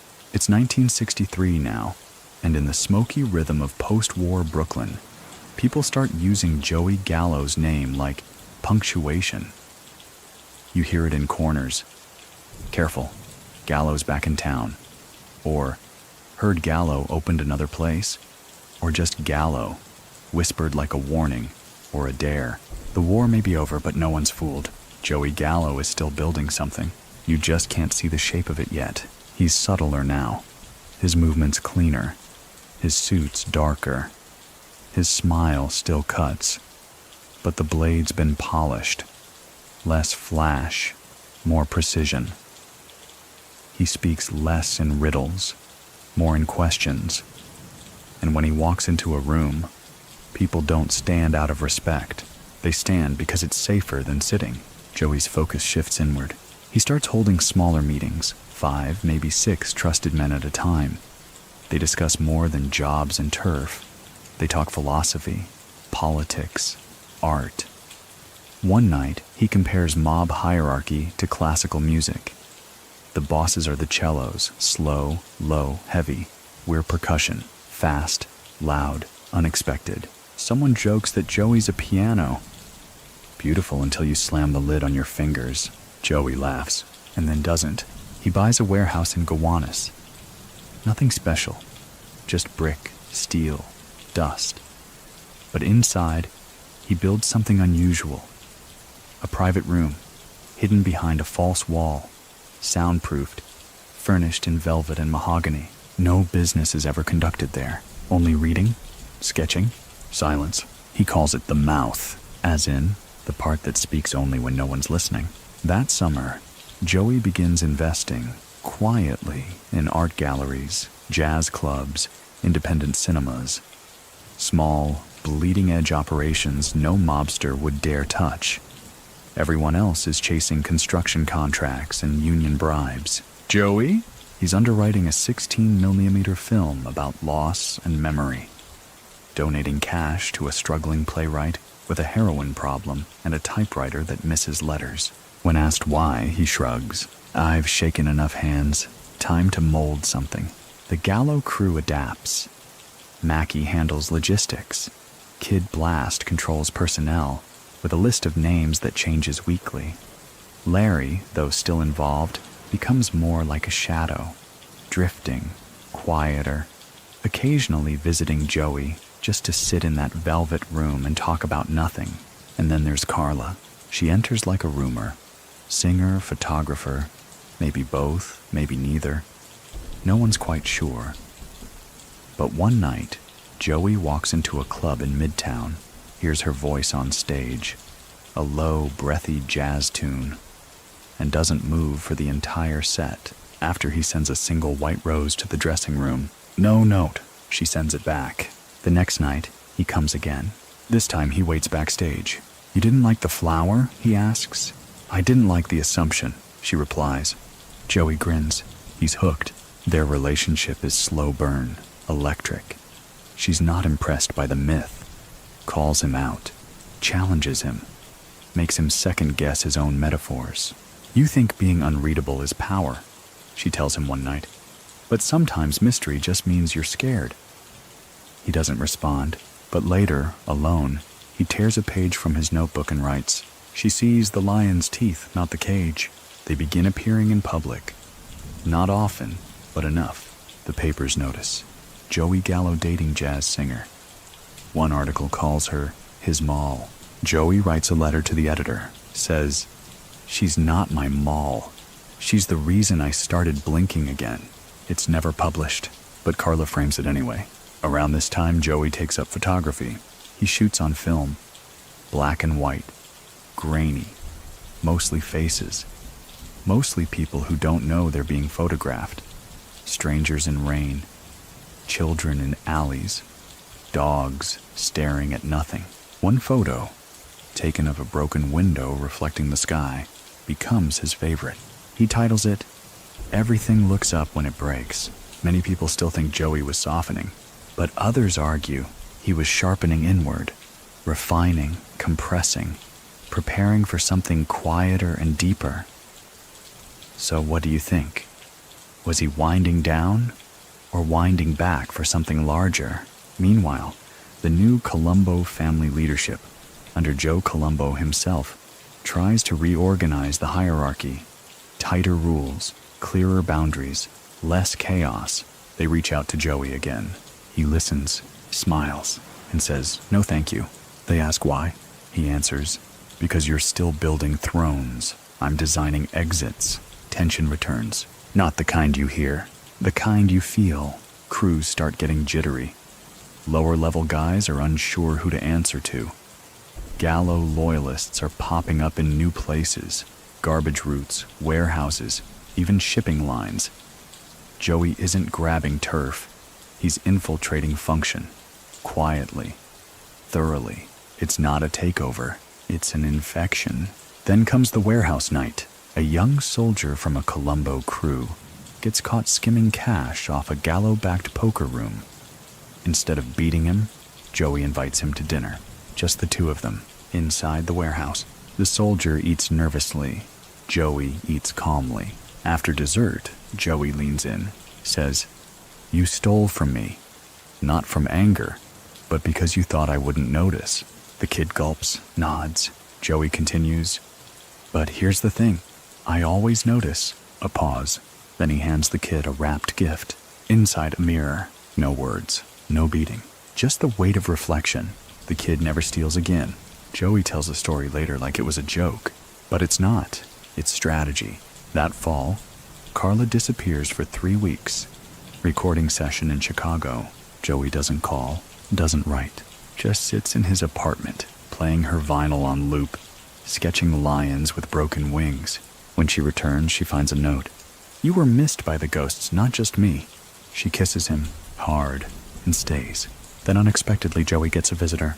Not a gangster, a priest.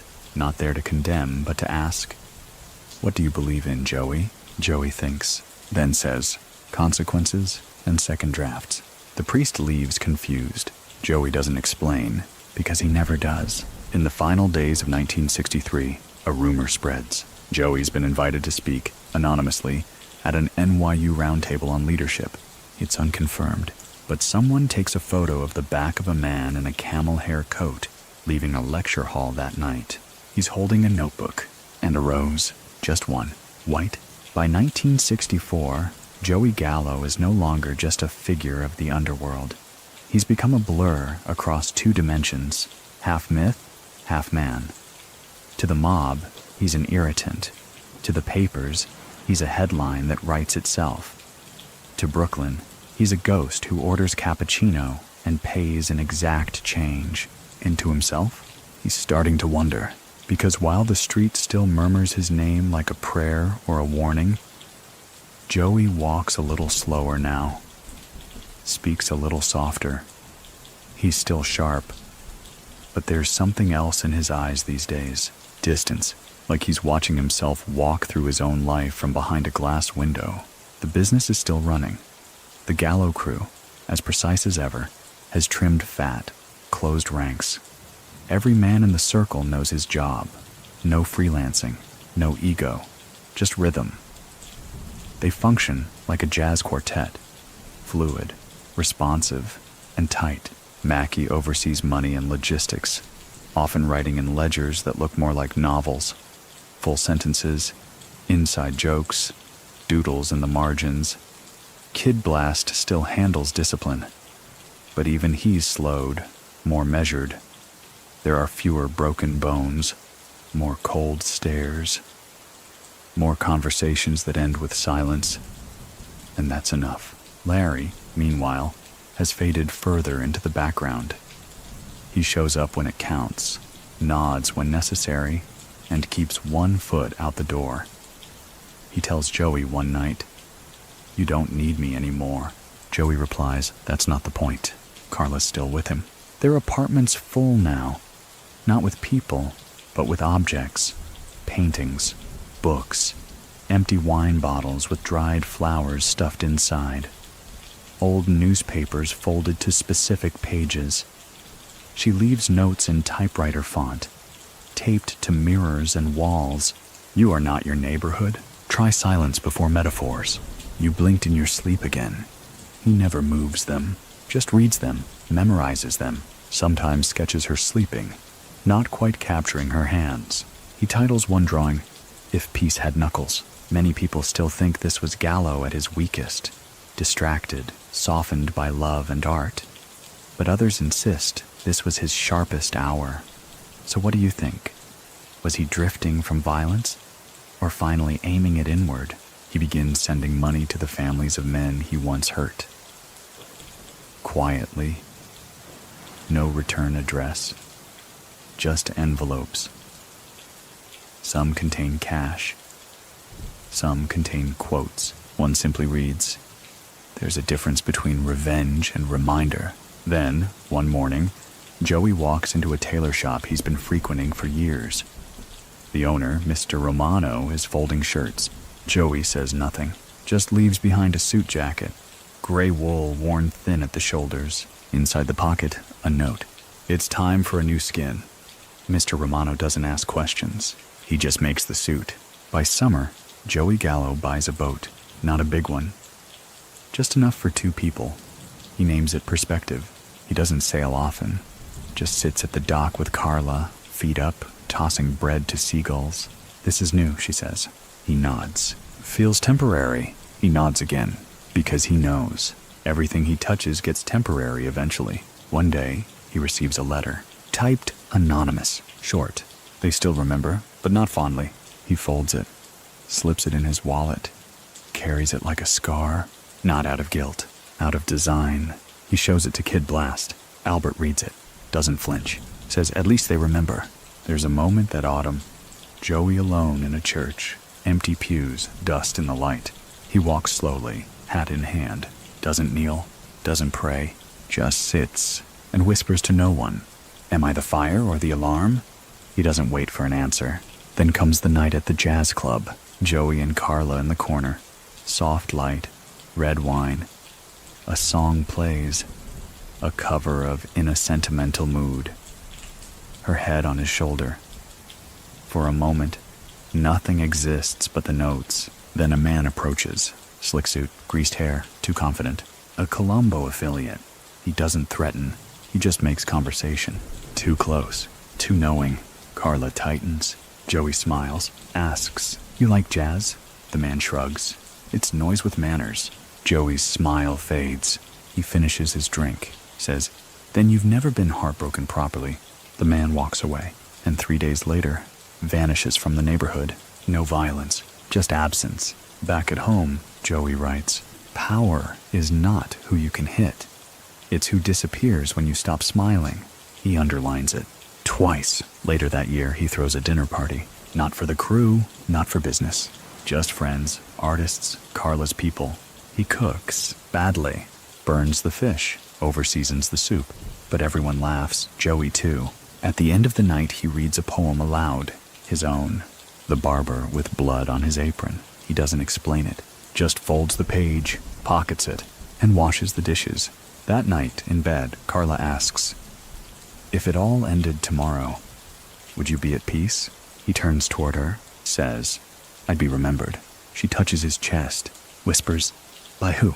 Joey doesn't answer, but in the dark, his fingers trace shapes on her back, circles like smoke, or maybe lifeboats, something that floats. The city outside never sleeps, but that night, Joey does. For once, without flinching, for once, without dreams. By 1965, Joey Gallo has become something no one expected, still alive. In a world where loose ends get tied with bullets and ambition often ends in a ditch, his survival is a kind of defiance all its own. The commission might not say his name aloud, but they think it, late at night, in quiet meetings. When someone suggests new leadership, someone else mutters, "What about Gallo?" And suddenly, the room goes still, because Joey's not just surviving, he's adapting. While other crews try to hold territory like sand in their fists, Joey is floating above it. He doesn't cling. He adjusts. The rules change, Joey changes faster. The jazz clubs now greet him like an old myth. Bartenders know not to ask questions. Piano players nod in rhythm when he enters. One place even reserves a red velvet booth near the back. No sign, no rope, just space. They call it the Gallo chair, and if you sit in it, you get a look. Sometimes from a waitress, sometimes from the shadows. Either way, you stand up. Carla notices he smiles less now. Not sadly, just less often. "You're quieter," she says one night, curled beside him on a worn couch. "I'm thinking longer," he replies. She nods. He adds, "Loud men die young. I've started budgeting my volume." They both laugh, softly. His crew has matured. They speak more carefully, dress sharper. Kid Blast still glowers like thunder in a pressed shirt, but he doesn't swing first anymore. Mackey's running 3 fronts, legal, shady, and somewhere in between. And Joey, he starts using language like legacy, exit strategy, succession, not to retire, to prepare, because he knows this can't last, and because, deep down, he doesn't want it to. One day, he meets with a young college student writing a thesis on organized crime. The kid is nervous, voice cracking like he's auditioning for a mistake. Joey listens, doesn't interrupt. When the kid finally asks, "What's it all for?" Joey leans back, cracks his knuckles and says, "To leave something behind they didn't know how to erase." That line ends up in the thesis. The paper gets a B+. The professor suspects it's fabricated. It's not. Many people still think Joey Gallo wanted power, but maybe he only wanted freedom, and he was willing to take it sideways. So what do you think? Was he trying to rise, or trying to slip out unnoticed? Later that summer, Joey hosts a strange event, a reading, at a jazz club. No flyers, no ads, just word of mouth. The crowd includes mobsters in tailored coats, poets with holes in their shoes, bartenders with bandaged knuckles. The lights dim. A bass line hums. Joey steps up, unbuttons his jacket, pulls out a folded sheet of paper. Then he reads, "I was not built to kneel. I was drawn to windows, to cracks, to lines, to shadows that shape themselves into lessons." He finishes. The room is silent. Someone snaps their fingers. Someone else just breathes. He doesn't stay for applause, just folds the paper, puts on his coat, and walks out. Afterward, a reporter writes, "He didn't read like a gangster. He read like a man holding his own eulogy at bay." The next week, Joey Gallo disappears, just for a few days. No one knows where. Even Carla doesn't ask. When he returns, his hands are smudged with charcoal. He hangs a new sketch in their apartment. It's a staircase, spiraling upward, but each step is a different animal. A lion, a bird, a shark, a man. He calls it the climb nobody asked for. Meanwhile, the Colombo family tries once again to regain order. A quiet offer is made. Territory, money, a promise of peace. Joey declines, says, "I don't need a seat at your table. I'm already building my own chairs." And then, just to twist the knife, he mails each Colombo captain a tiny wooden figurine, a chair with one leg missing. No note, no need. Kid Blast starts to worry. He sees the drift. "Are we still fighting?" he asks one night. Joey looks at him. "Does it feel like peace?" Albert doesn't answer, because he knows. Even silence can be a battleground. That winter, Joey visits his mother's grave, alone.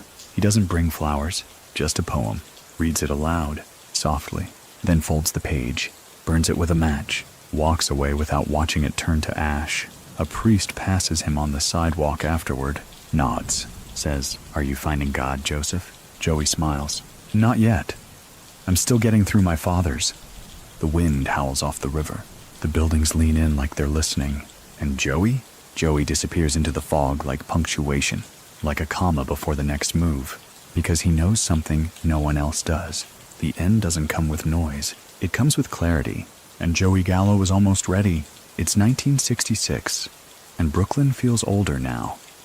Not in years, but in weight. The buildings lean heavier on their foundations, and the sidewalks remember too much. The air carries memory like cigarette smoke, thin, stubborn, and slightly sweet. Joey Gallo walks through it like a man halfway between myth and consequence. He doesn't rush, doesn't dodge, doesn't hide, because when you become a story, you stop fearing the ending. At this point, the Gallo crew is a machine, but not a loud one. Gone are the bar brawls, the storefront shootouts, the chest-thumping swagger. What remains is surgical. Contracts, fronts, conversations behind doors with just enough grease on the hinges to whisper. Joey oversees it all like a conductor with a fading orchestra. His attention to detail is unnerving.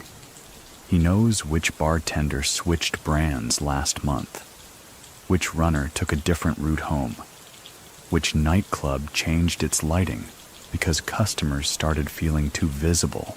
He notices everything and speaks about half of it. Carla remains his constant, but they don't share the same apartment anymore. Not full-time. They trade nights like favors. One week it's her loft in Tribeca. Next week, his hideout above a shuttered tailor's shop in Carroll Gardens. Their relationship has matured into something wordless. She doesn't ask about meetings. He doesn't ask about absences. When they're together, they eat cold pasta from the pan and read poetry aloud to each other. She likes Neruda. He prefers Rimbaud. She calls him a bruised philosopher. He calls her gravity with red lipstick. They fight sometimes, always softly. And when they make up, it feels like fog rolling back from a bridge no one knew was there. Then there's the night of the red balloon.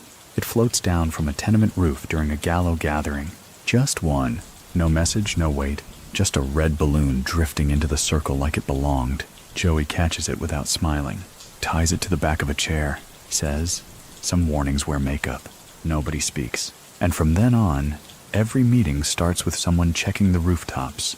That year, the Gallos begin backing political candidates. Not directly, not overtly, but their money starts showing up in campaigns, council seats, zoning boards. It's not about control. It's about presence. Joey calls it soft power. Kid Blast calls it war in a nicer suit. Many people still think Gallo wanted to go legitimate, but others argue he just wanted control without the noise. So what do you think? Was he turning a corner or painting the same hallway a different color? Meanwhile, whispers start reaching him from the inside that certain Colombo capos, men who've long hated him, are quietly regrouping. Not for war, not yet, but for something worse, forgetting. Because when you erase a man from the conversation, that's the first step to killing him for real. And Joey knows it, so he gets louder, in his own way. He begins publishing essays under a pseudonym. Small pieces in fringe papers, essays about memory, loyalty, philosophy. One titled "The Knife You Used to Cut Yourself" ends up in a psychology classroom at Hunter College. Another, "The Echo That Lives in Empty Rooms," circulates among poets. No one knows it's him, except Carla and maybe Mackie. But he doesn't stop there. He begins frequenting museums, starts attending gallery openings, never speaks, just watches. Once, he stares at a Rothko canvas for 40 minutes. A journalist recognizes him, snaps a photo. Joey doesn't blink, just says, "If you take the flash off, you'll see what I actually mean." Later, that image, Joey Gallo in a gray suit, arms crossed, backlit by a rectangle of smeared red and black, becomes a cover story. The title? "The Don Who Stared Too Long." That fall, Larry Gallo gets sick. It starts small, coughs, headaches, forgetfulness, but it grows, and Joey, for the first time in years, cancels meetings. He sits beside his brother's hospital bed with a book of crossword puzzles, reads them aloud, solves none of them, just says, "Every blank space deserves patience. Larry dies in November. Not from violence, not from war, just from wear." At the funeral, Joey wears no tie. Kid Blast stands like a stone on fire. The priest stumbles during the eulogy.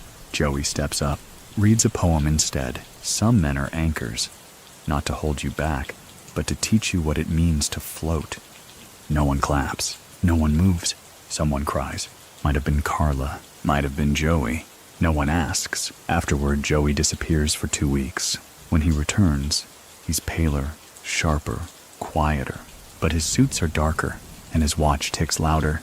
Then, one night, back at Cafe Reggio, a young man sits across from him, wide-eyed, eager, asks, "Mr. Gallo, what now?" Joey leans forward, smiles once, then says, "We wait for them to say our name again, and when they do, we make it rhyme with thunder." The kid writes it down. Joey watches, then gets up and walks into a night thick with winter, with ghosts, and with promise, because the city isn't done with him. Not yet. By the time 1967 slides into focus, Joey Gallo is no longer chasing anything. Not territory, not power, not even legacy. He's curating now. His life has become a kind of private gallery.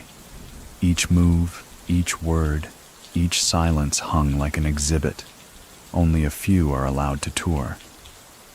The war is over, the wounds are buried, and the city has changed underneath his shoes. But Joey hasn't disappeared. He's become selective, and in this business, that's even more dangerous. The Colombo family keeps their distance now. No active threats, no sudden flare-ups, just a shared understanding. Don't poke the artist. That's what they call him now, behind closed doors. Not Crazy Joey, not the upstart, just the artist. And everyone knows what that means. He still has friends in strange places. Judges who owe him silence. Cops who owe him distance. Union men who send fruit baskets at Christmas. And his crew, though leaner, tighter, still orbits him like planets around something uncomfortably magnetic. Mackie still handles business. Quietly, cleanly. A poker room here, a vending route there. Real estate moves disguised as spiritual retreats. Kid Blast? He's the same, but not. More cautious, more calculated, less rage, more gravity. And Joey? He has stopped asking who's watching. He knows. He begins hosting dinners. Not business meetings, actual dinners. 9 chairs, candlelight, jazz on vinyl, handwritten menus with lines of poetry under each dish. The guests are a mix. Lawyers, ex-cons, sculptors, philosophers, a retired boxer who never took a dive. At one dinner, Carla catches him just staring, not at the food, not at the guests. At the moment, she asks what he's thinking. Joey says, "I built a museum out of fire escapes, and now I'm trying to teach the paintings how to breathe." She doesn't respond, just leans in and kisses him once, lightly. He doesn't blink. Many people still think Joey Gallo lost his edge, but others say he was learning how to walk without dragging a knife behind him. So what do you think? Did he go soft Or did he finally grow sharp enough to stop needing a blade? That spring, Joey begins writing again. Not sketches, not fragments. Letters to old enemies, to ghosts, to himself. He keeps them in a box labeled unsent. One letter, dated April 19th, reads, "Dear stranger, if you ever build a world where loyalty doesn't require pain, I'd like to live there. Until then, I'll keep folding napkins into escape plans. Meanwhile, the city keeps changing. The old cafes close. New music fills the air. Fuzzier, louder. Young men wear different suits, if they wear them at all. The word Mafia becomes less elegant in print, more cartoonish." Joey notices and adapts. He changes the way he walks, the way he dresses, the way he greets people, always 3 seconds ahead of the time trying to swallow him. Then one afternoon he visits a bookstore in the village, finds a dusty copy of Leaves of Grass. Inside the cover, someone's written, "To whoever understands, keep going." He buys it, reads it in the park, leaves it on a bench, walks away. Carla begins talking about Paris. She's been offered a short residency, photography, wants to go, wants him to come. Joey doesn't say no, but he doesn't say yes. He just says, "I need to leave something behind that can walk without me." She nods, then says, "Then teach it fast." One night, in bed, she asks, "What are you most afraid of?" He replies, "Being misquoted after I'm gone." They both laugh, but only once. By summer, Joey opens an art space. Not a gallery, a space. No sign, no hours. Just a door in a warehouse near the water. Inside, paintings by convicts, sculptures made of rusted metal. A poem projected onto a bare wall that changes weekly. Nobody knows he runs it. Nobody has to. That's the point. Kid Blast visits one night, looks around, says nothing, finally asks, "What is all this?" Joey replies, "Proof." Albert asks, "Of what?" Joey lights a cigarette, blows smoke toward the ceiling. "Of everything I couldn't say with bullets." That September, a man from the past returns. An old rival, one who was supposed to be dead. He's clean now, married, owns a hardware store in Yonkers, wants to bury the past. Joey invites him to dinner. They sit, drink wine, talk about childhood. At the end, Joey says, "I hope your silence is honest." The man nods. Joey adds, "Because mine always is. No threats, just toast." Afterward, Joey walks home alone, passes a broken window, stares at his reflection. It's blurrier now, older, but still sharp where it counts. He reaches into his coat pocket, finds a folded sketch, unfolds it. A lion, sitting on a throne made of subway rails, wearing glasses, smiling. He folds it again, pockets it, keeps walking, because Joey Gallo is not done yet. He's just pacing. And the city, still listening, still waiting, still not sure if it's seen his final trick. It's early 1968, and New York City is breaking into new shapes. Civil unrest, music and rebellion, suits with wider collars, louder buttons. The skyline's the same, but the heartbeat beneath it, quicker, hungrier, restless. Joey Gallo fits it like a tailored glove. He's not outdated, not stuck. He's just tuned differently now. The streets, they still speak his name, but in a lower register. Less shouted, more murmured, less feared, more revered. He's not a threat anymore. He's a reference. The Gallo crew now runs smoother than ever. Each man operates with muscle memory. Their crimes aren't the kind you notice right away. They don't make noise in the street. They happen in margin space, bookkeeping, city permits, backdoor deals written in conditional verbs. Even the cops admit, Joey's world is cleaner now. Cleaner but not innocent, just surgical. Joey's suits are simpler, his voice steadier. He shaves with cold water and quotes Camus before breakfast. Carla says he's becoming an elegant contradiction. He replies, "Better than a messy imitation." She's packing for Paris now. Ticket booked. He hasn't told her if he's going. She doesn't ask anymore. Because the kind of love they have? It's not waiting. It's weathering. Then one day Joey does something unexpected. He goes to the movies, alone. Downtown cinema, foreign film, French, subtitled Quiet. He watches the whole thing without popcorn, without blinking, walks out into the cold, and says to no one, "I like the way it ended." No resolution, just drifting. That same night, he writes something in his notebook. I think I built a life that can only be understood in the past tense. The crew notices he's been distant, not absent, just elevated. Kid Blast especially. Albert corners him after a meeting. You retiring? Joey lights a cigarette. Not yet, Albert presses. Then what are we building now? Joey exhales. An aftertaste. Many people still think Joey Gallo couldn't stay away from the game. But others say he never truly played. Not the way they thought. So what do you think? Was he addicted to power, or to proving the rules were optional? There's a new kid in the crew. 19. Eager. Quick with a knife. Quicker with questions. He asks Joey one day, if you had to start over, would you do this again? Joey laughs, then says, I'd draw better maps and bring more erasers. The kid doesn't understand, but years later, he will. Joey begins organizing something he calls the archive. Not for the feds, not for the legacy, just for himself. Stacks of old letters, photos never printed, meanness from dinners long gone, even cassette tapes, recordings of city sounds, footsteps, jazz drifting through windows, rain on cab roofs. He says, this is what history feels like before it knows its history.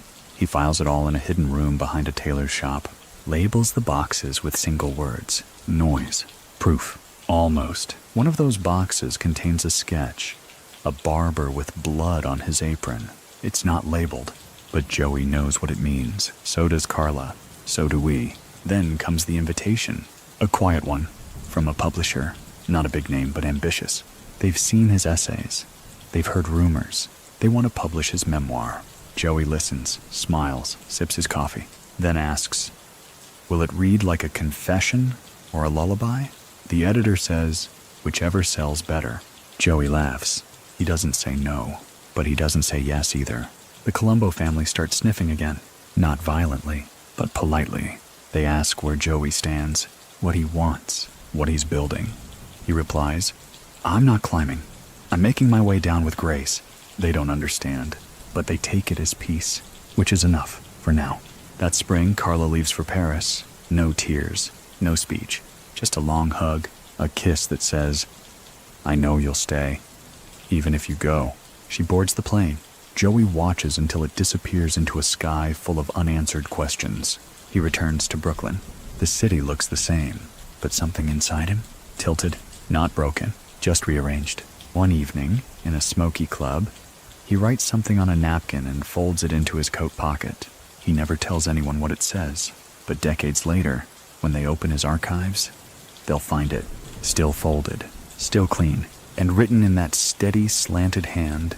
I lived like punctuation, a comma when they expected a period, a question mark where silence should be, and still, they read me anyway. Joey Gallo walks home under a rusted awning, past lamplight and brick.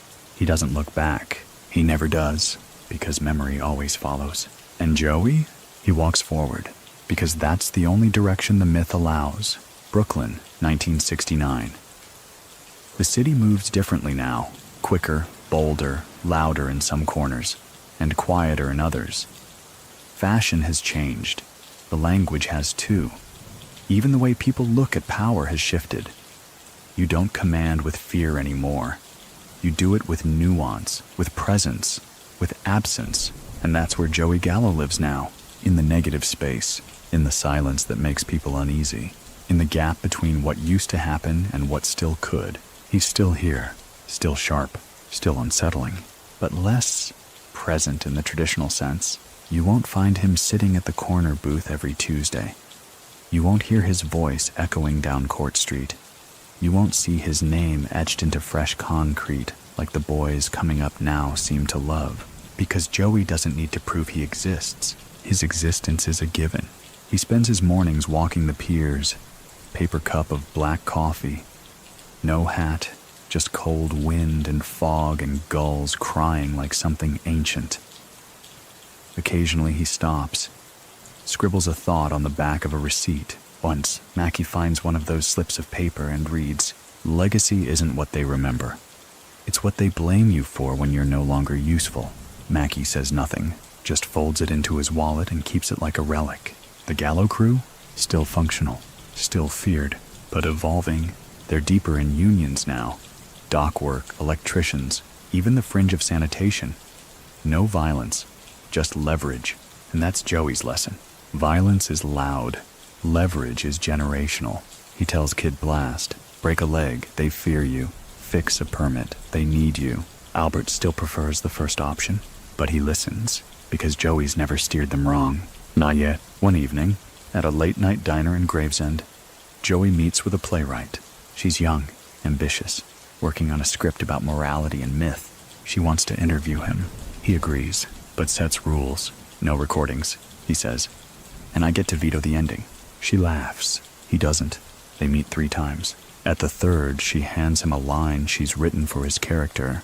He walked like guilt was a tailored suit, and he wore it well. Joey reads it, nods, then says, make it corduroy, guilt should itch. Carla writes from Paris, long, meandering letters, descriptions of streetlight on cobblestone, a gallery exhibit of nothing but torn canvas, a man who plays saxophone into a wine bottle to hear it hum. Joey replies less often, but when he does, his letters are meticulous, typed on a machine that sometimes skips the letter E and always signed with still folding lions. One night, Joey finds himself alone at a chess park in Washington Square. Rain glistens on the concrete. All the tables are empty, except one, a homeless man playing both sides. Joey sits across from him, says nothing. They play.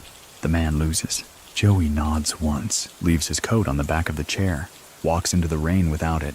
Many people still think Joey was fading by this point, but others believe he was just shedding, burning off everything that didn't belong in the final version of himself. So what do you think? Was this decline or distillation? A rumor starts circulating that Joey's writing a book, a real one. Not poetry, not fragments, but a full memoir, a code book, a confessional, something. No one's seen it, but people swear it exists. A cab driver says he picked Joey up holding a leather-bound draft. A waitress says he left behind a marked-up manuscript. A kid from Red Hook says he saw Joey drop pages into a mailbox labeled, "To the Future." None of it's confirmed. But that's the thing with myths. They don't need evidence, just momentum. Then, one Tuesday in October, Joey disappears for 4 days. No contact, no sightings. Even Kid Blast gets nervous. When he finally returns, he walks into the back room of a flower shop the crew uses for meetings, drops a shoebox on the table and says, "Put this somewhere fireproof." Inside, dozens of cassette tapes, each labeled with a year, a name, a place. The crew doesn't ask, but Mackie starts building a safe in the basement the next day. Joey begins hosting midnight walks, unscheduled, word of mouth only. He picks a street, a direction, a mood. A small group follows. Writers, boxers, ex-cons, a priest.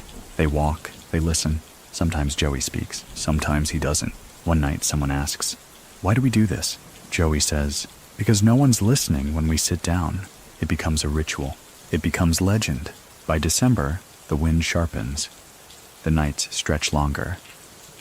Brooklyn seems to inhale and not exhale.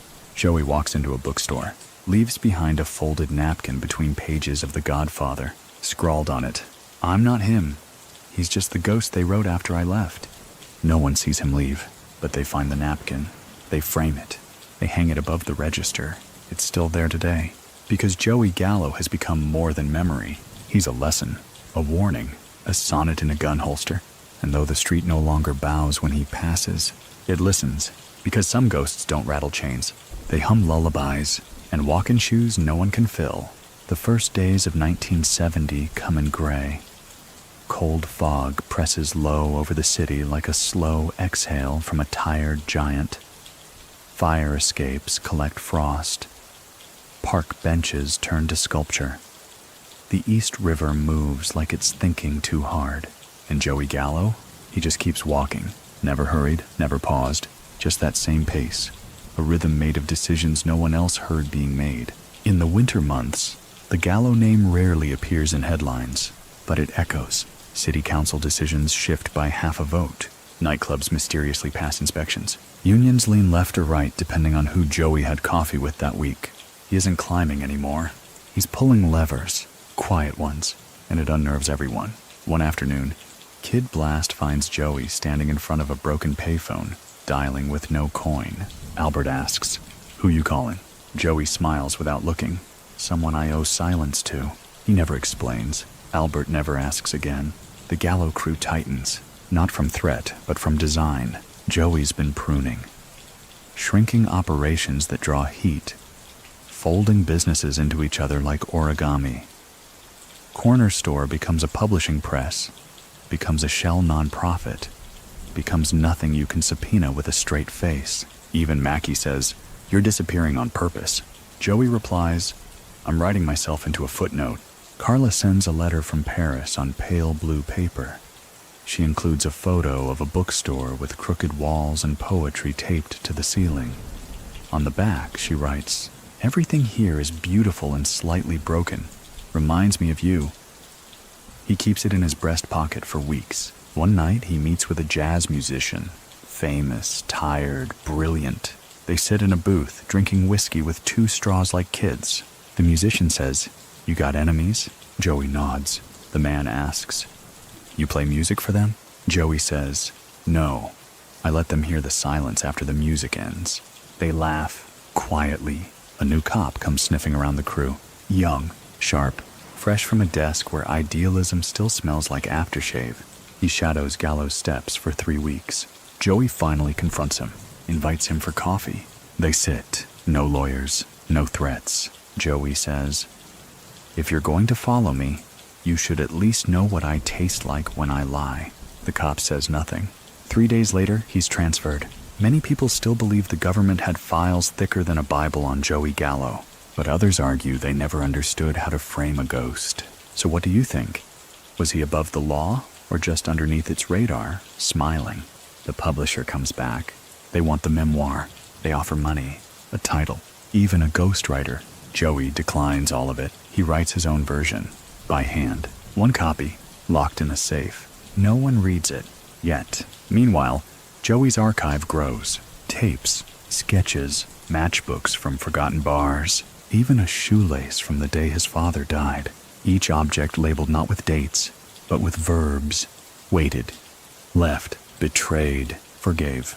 He tells Kid Blast, "If I go missing, burn the box labeled maybe." Albert nods but asks nothing, because Joey's requests come wrapped in riddles that bite if opened too quickly. That spring something shifts. He begins hosting dinners again, but this time different guests. A city planner, a nun, a retired mobster who paints still life now. They eat soup and talk about absence like it's a character in the room. Someone says, "You've changed." Joey says, "I've remembered more than I've become." No one questions it. Then comes the call. Not from Carla, not from family, from a man with no name, voice like gravel in a velvet sack. Wants Joey to consult on a film. Mob stuff, stylized, New Hollywood. Joey declines, but offers one note. Make sure the villain whispers more than he yells. They use it. That summer, Joey visits the Museum of Modern Art. He stands in front of a blank white canvas, an actual exhibit. Title, "Nothing, but honestly." He stares at it for 13 minutes, then says aloud, "Finally, someone painted what I've been thinking." No one laughs, except him. The crew notices he's been smiling more, but also sleeping less. Joey shrugs it off, says he's just tuning out noise with better noise. Then one night, under a moon sharp enough to shave with, Joey climbs to the roof of his building. No reason. Just up. He sits, lights a cigarette, watches the city flicker like a nervous confession, and whispers, "If no one writes your ending, write it in smoke." Below him, Brooklyn hums. Not loud, but steady, because Joey Gallo might be slowing. But the legend's just getting warmed up. It's 1971, and the air in Brooklyn carries a different weight. Thicker with history, sweeter with hindsight, heavier with the things left unsaid. Buildings stand taller, not from bricks, but from what's been hidden inside them. Joey Gallo walks among them like a man who's already been carved into their foundations. He's not planning anymore. He's polishing. By now, Joey's routines are elegant to the point of suspicion. Every Thursday, he walks the same 4 blocks, picks up the same newspaper, waves at the same doorman, pauses to tie his shoe in front of the same fire hydrant. Not superstition, surveillance management. He once told Mackie, if you give them a pattern, they stop searching for meaning. It works. No one knows what he's actually doing, which means he's doing it right. Carla sends a telegram. Not a letter, a telegram. 3 words. You still folding? Joey smiles, tapes it above his desk, then folds a piece of blank paper into the shape of a city skyline, puts it in an envelope. No return address, just sends it. The Gallo crew runs smooth as lacquered wood. No cracks, no splinters. Just a subtle shine that tells you don't touch unless invited. They've carved out influence in the strangest places now. Art grants, zoning boards, even a literary magazine that prints critiques of government ethics under the title Fictionalized. Mackie jokes, we're funding poetry. Joey replies, it's laundering for the soul. Then in March, Joey visits his mother's grave. Alone, he kneels, rests 2 fingers on the stone and whispers, still trying to be the quiet you raised me for. A gust of wind knocks over nearby flowers. Joey doesn't move. He just straightens the vase again, then leaves. Many people still believe Joey was retreating from the life, but others say he was planting something deeper than turf wars and loan sharking.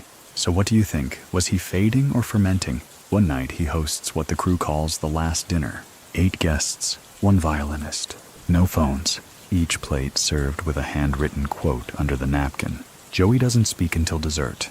Then he stands, glass raised, and says, tonight is not a goodbye. It's a punctuation mark. You decide which one. They toast. The room goes quiet, a kind of reverent silence that sticks to the walls. Later that week, Joey's sketchbook is found on a park bench. Inside, a drawing of a man holding a bird cage full of keys. A poem that ends with, even shadows want to be held. A single line scribbled in red ink. I am no longer angry, just unfinished. The city buzzes with rumors. No one knows if it's a message, or a decoy, or both. Joey takes to walking the Brooklyn Bridge at night, always east to west, always alone. He stops midway, leans on the railing, stares down at the water like it's telling him something only he can hear. A young cop once tried to ask him what he was doing there so late. Joey responded, checking on the weight of things, and kept walking. Kid Blast grows quieter too, not afraid, just respectful. He senses something, like a curtain slowly being pulled, revealing not an ending, but a choice. One day, a writer approaches Joey outside a cafe, says, you're a legend. Joey nods, then replies, so was Pompeii. Look how that turned out.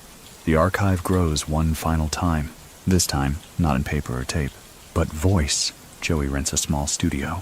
Nothing fancy, just soundproof walls and a microphone, and begins speaking, not to anyone in particular, just out loud. Stories, half-truths, confessions, lullabies made of memory. He doesn't label the tapes, just numbers them, and locks them away. Then, in late November, he gives Kid Blast a box. Plain, wooden, unmarked. Inside, 1 photo of the crew from 1955, a cassette labeled, Play When the Streets Forget Me, and a note. Not instructions, just an echo. Let it bounce as far as it needs to. I'll be where it lands. Many people still wonder what Joey Gallo wanted in the end. A clean legacy? A louder myth? Or just a quiet moment that no one could interrupt? So what do you think? Was he drawing a map? Or finally folding the last page? December arrives, with snow, with silence, with the kind of stillness that feels earned. Joey walks past old storefronts that once mattered. Some are closed. Some have been reborn as coffee shops and yoga studios. He doesn't judge. He just whispers. Everything reincarnates. Even danger. Then he disappears into the crowd. Still visible, but only if you're looking the right way. Because by now, Joey Gallo is not just a man. He's a rhythm, a philosophy, a pause between gunshots, a smile too sharp to be sentimental. And Brooklyn, it still remembers, not because it has to, but because forgetting him would be louder than keeping the silence. The winter of 72 doesn't creep in. It lands with full boots and foggy breath, frosting windows and silencing street chatter in Brooklyn. But Joey Gallo walks through it like a man who knows the cold by name. It doesn't bite him. It remembers him. And it keeps its distance. He wears a long black overcoat, one button always left undone, as if the wind should be allowed in on the conversation. By now, people speak his name differently. Not with fear, not even with awe, with a sort of reverent confusion, like they've read the ending of a book that didn't tie its laces. Joey has stopped showing up to half the meetings, not out of disrespect, out of irrelevance. The crew runs fine without him in the room, because every decision they make still feels like it echoes his voice. Mackey calls it phantom governance. Halbert prefers drift leadership. Joey doesn't offer a term, just a wink and call it ambient. He starts frequenting a library in Fort Greene, not for the books, for the chairs, soft ones. He says the silence there isn't passive, it's curated. One librarian, a retired dancer, recognizes him. She doesn't tell anyone. Instead, she leaves him obscure poetry on the reading table each Thursday. One week, he reads a line scrawled in the margin. Not every man wants a kingdom. Some want the hour before sunrise, uninterrupted. He folds the page and places it into his coat pocket like a prayer. Carla writes again, this time from Madrid. She's seen a painting that reminds her of him. Blue and black and gold. A man holding a mirror with no reflection. She includes a Polaroid and a note. You still folding even in shadow? Joey sends back no words, just a torn piece of brown paper. One word in fountain pen ink, always. The Gallo archive is almost complete now. The boxes are stacked, the tapes are labeled, some in languages no one in the crew speaks. There's even a section titled, What I Didn't Do. Kid Blast reads the labels one evening and says, this isn't a legacy, it's a puzzle. Joey replies, no, it's an alibi for when memory testifies. Then, a strange thing happens. Joey is invited to a college as a guest speaker. The course is Modern Ethics in Crime and Culture. He laughs when he reads the letter. Then he goes, wears a dark blazer, no tie, smells like pine smoke and pencil shavings. The students expect bravado. They get precision. He opens with, I am not a good man, but I have done very few things by accident. Someone asks if he regrets anything. Joey pauses, then says, regret is the sound you hear when memory turns polite. The professor claps. One student cries. Another records the whole thing on a hidden tape recorder. That tape? It resurfaces years later in an art installation titled Voice of the Vanished. Around this time, Joey begins drawing. Nothing grand, just line work. Faces with no features, hands gripping nothing, doorways drawn from the wrong side.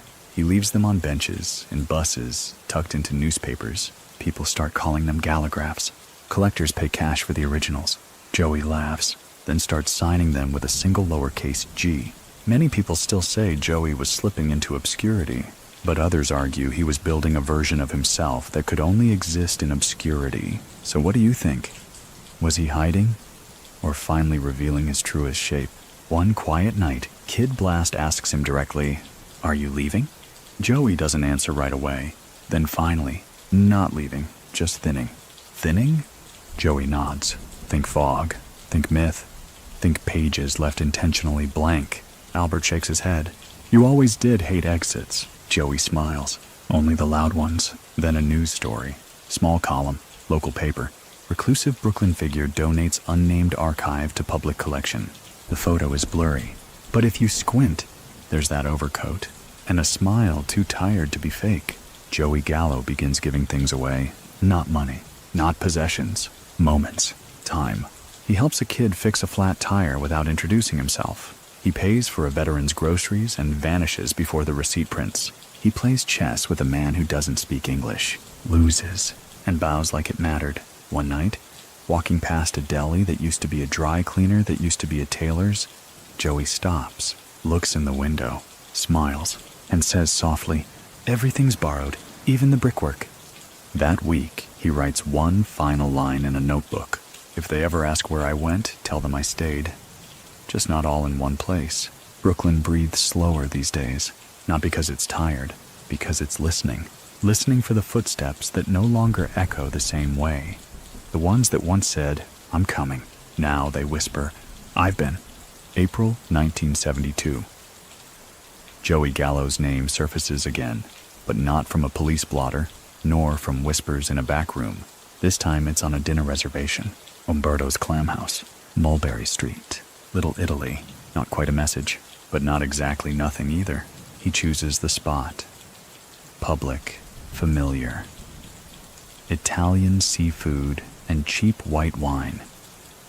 A place that sings Sinatra too early and closes too late. A place where ghosts hang out in the corners, sipping espresso, judging the living for forgetting their lines. Joey isn't hiding. He's showing up, clean-shaven, pressed shirt. That coat again, creased at the elbows from too much living. He walks into Umberto's like it's any other Thursday, except it's not. It's his birthday, April 7th, 43. Still folding, still walking, still untouchable, or so it seemed. Carla never wrote that month. Maybe she felt something. Or maybe she was waiting for silence to say what words couldn't. Joey sits with a small group. A friend. A bodyguard. A quiet man from the theater scene who likes to talk about stage lighting like it's a religion. They eat linguine with clam sauce. Joey's smiling. He raises a glass and says, "To the pauses between the noise." They clink. The moment hangs in the air like incense. And then, gunfire. Sharp. Close. Ugly. Like someone ripping through paper dreams with a kitchen knife. Joey's hit. Slumps sideways. Eyes open. Mouth parted like he's about to offer one last joke. But the punchline's stolen. Panic. Screams. People running. The shooters disappear into the night like spilled ink across a silk map. Kid Blast isn't there. Neither is Mackie. Joey bleeds onto a white tablecloth. His blood traces out into something curved. A question mark, maybe. Or a comma. Many people still argue over who ordered the hit. Rival mobsters? The commission? Old scores dressed in new coats? Some say Joey poked one too many sleeping bears. Others say he didn't poke at all. He just existed too brightly for a world built on dim corners. So what do you think? Was it vengeance, justice, or just a page turning too fast? He doesn't die right away. The ambulance comes. Paramedics work. There's shouting, lights, motion. But Joey? Joey's still. Even now. One hand on his chest. One fist curled like it's holding the answer to a riddle no one else got. They pronounce him dead at Beekman Downtown Hospital. April 7th, 1972. Exactly 43. Brooklyn doesn't mourn loud. It whispers. It rewinds. The next morning, the crew gathers. No suits, no flowers. Just presents. Kid Blast says nothing. Just places a folded crane on the table. No one speaks for a long time. Finally, Mackie breaks the silence. Reads a line from one of Joey's old notebooks. "When I go, don't make a statue. Make a pause. Let the quiet speak for me." So they do. They don't retaliate. They don't write tributes. They walk slower. Speak less and carry the echo. Carla doesn't come to the funeral, but she sends a package. Inside, a blank postcard, a ribbon from an art show in Madrid, and a folded note. "You were always the exhale. I was just the breath before." The archive is sealed, not hidden, just placed somewhere deep, in a room with no name. Only a smell, cedarwood, old paper, and iron. Inside, a tape labeled simply, "Play when it gets quiet." No one's played it yet. Joey's grave is modest. No titles, no aliases. Just Joseph Gallo, 1929, 1972. He laughed in the quiet. And sometimes, if you visit late enough, the wind through the grass sounds like a page turning. Brooklyn adjusts. Stores change hands. Crews rise and fall. But the shape of things, the weight of the silence in certain corners, the rhythm of footfalls near Carroll Street, still hums with a signature. People talk. Some say Joey's ghost walks the bridge. Others swear they saw him in Rome, holding a cafe menu upside down. But most just remember. And remember softly. Because legends like his don't demand loud. They demand stillness. And Joey, wherever he is now, he's folding lions. Still, time, as it always does, keeps walking even after everyone else stops. The city shifts. Streets get renamed. New men with hard eyes and lighter tempers try to fill chairs that were never meant for comfort. Joey Gallo's name is carved into fewer lips, but those who still speak it like a lullaby that once bit back. And the story? It doesn't end. It just settles. Kid Blast runs quiet now. He keeps the crew low, calm and cash flowing. Less flash, more focus. His orders carry the scent of a ghost behind them. Joey's logic folded into every instruction. No one questions him. They don't have to. He doesn't speak of that night at Umberto's. Doesn't replay it. Doesn't let it shape him. He only says once to Mackie, "Joey taught us that a man can vanish and still be louder than a cannon." Mackie nods. They leave it at that. Carla eventually returns to New York. Not for closure. She doesn't believe in that. Just for a walk. She strolls past old cafes, bookshops turned vape stores, and bakeries now selling Wi-Fi with their bread. At the Brooklyn Bridge, she stops mid-span, pulls out a folded letter never sent. In it, just this line, "You folded paper like it was armor. I loved you for the spaces between the creases." She lets it fall into the wind, not dramatic, just deliberate. The Gallo archive is eventually donated, anonymously, to a university no one can quite verify. It's cataloged in fragments. Some tapes are blank, others full of coded poetry, or long pauses broken by the sound of Joey lighting a match. The scholars debate its meaning. Was it art? Was it evidence? Or was it just Joey talking to the walls, like he always did when the city wouldn't answer back? So what do you think? Was he documenting? Or daring someone to misread him? The myth of Joey Gallo becomes performance art. A graffiti stencil shows up in Harlem. Joey in a trench coat, holding a paper crane instead of a gun. A gallery in Soho hosts a night called Folding Lions. No explanation. At a poetry slam, a young woman reads a piece that ends. He didn't disappear. He just picked a quieter font. The room goes silent, then erupts. Years later, a novelist claims to have met him in Istanbul. Says he sold secondhand books, spoke 5 languages, and told her, "I once played chess with a man who cried every time he won." She asked his name. He smiled, winked, and said, "Does it matter?" And maybe that's the point. Joey Gallo didn't belong to the ending. He belonged to the space between stories, the fold where meaning bends, where truth becomes poetry, and silence becomes permission. He was Brooklyn's whisper, a philosopher in a pinstripe, a rebel who rewrote the script by refusing to shout.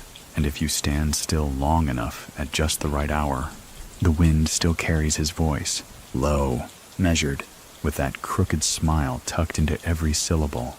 Because legends like Joey don't fade. They fold, neatly, intentionally, and leave behind a shape no one can quite flatten. So now, with the last lines folded and the final echoes fading, let's take a breath, not the kind you force, the kind that just arrives, soft and heavy, like dust settling after a storm no one warned you about. Joey Gallo's story isn't just crime or chaos or charisma. It's the gentle unraveling of a man who wore myth like a coat and silence like armor. The kind of man whose absence leaves more weight than his presence ever needed to. Close your eyes for a moment and imagine those streets again. The clack of leather shoes on wet pavement. Neon signs humming above corner diners. A paper crane on a table no one dared clear. Let it all soften. Let the city dim. Let Joey's last steps walk just a little longer in your mind. Because maybe, just maybe, what he left behind wasn't power or fear or memory. Maybe it was permission. To be quiet. To be deliberate. To be unfinished and proud of it.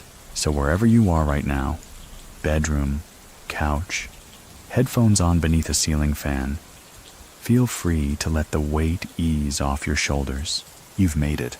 And maybe Joey's out there somewhere, still walking, still folding, still humming that tune no one quite recognizes. But tonight, he's paused, and so should you. Sweet dreams, friend.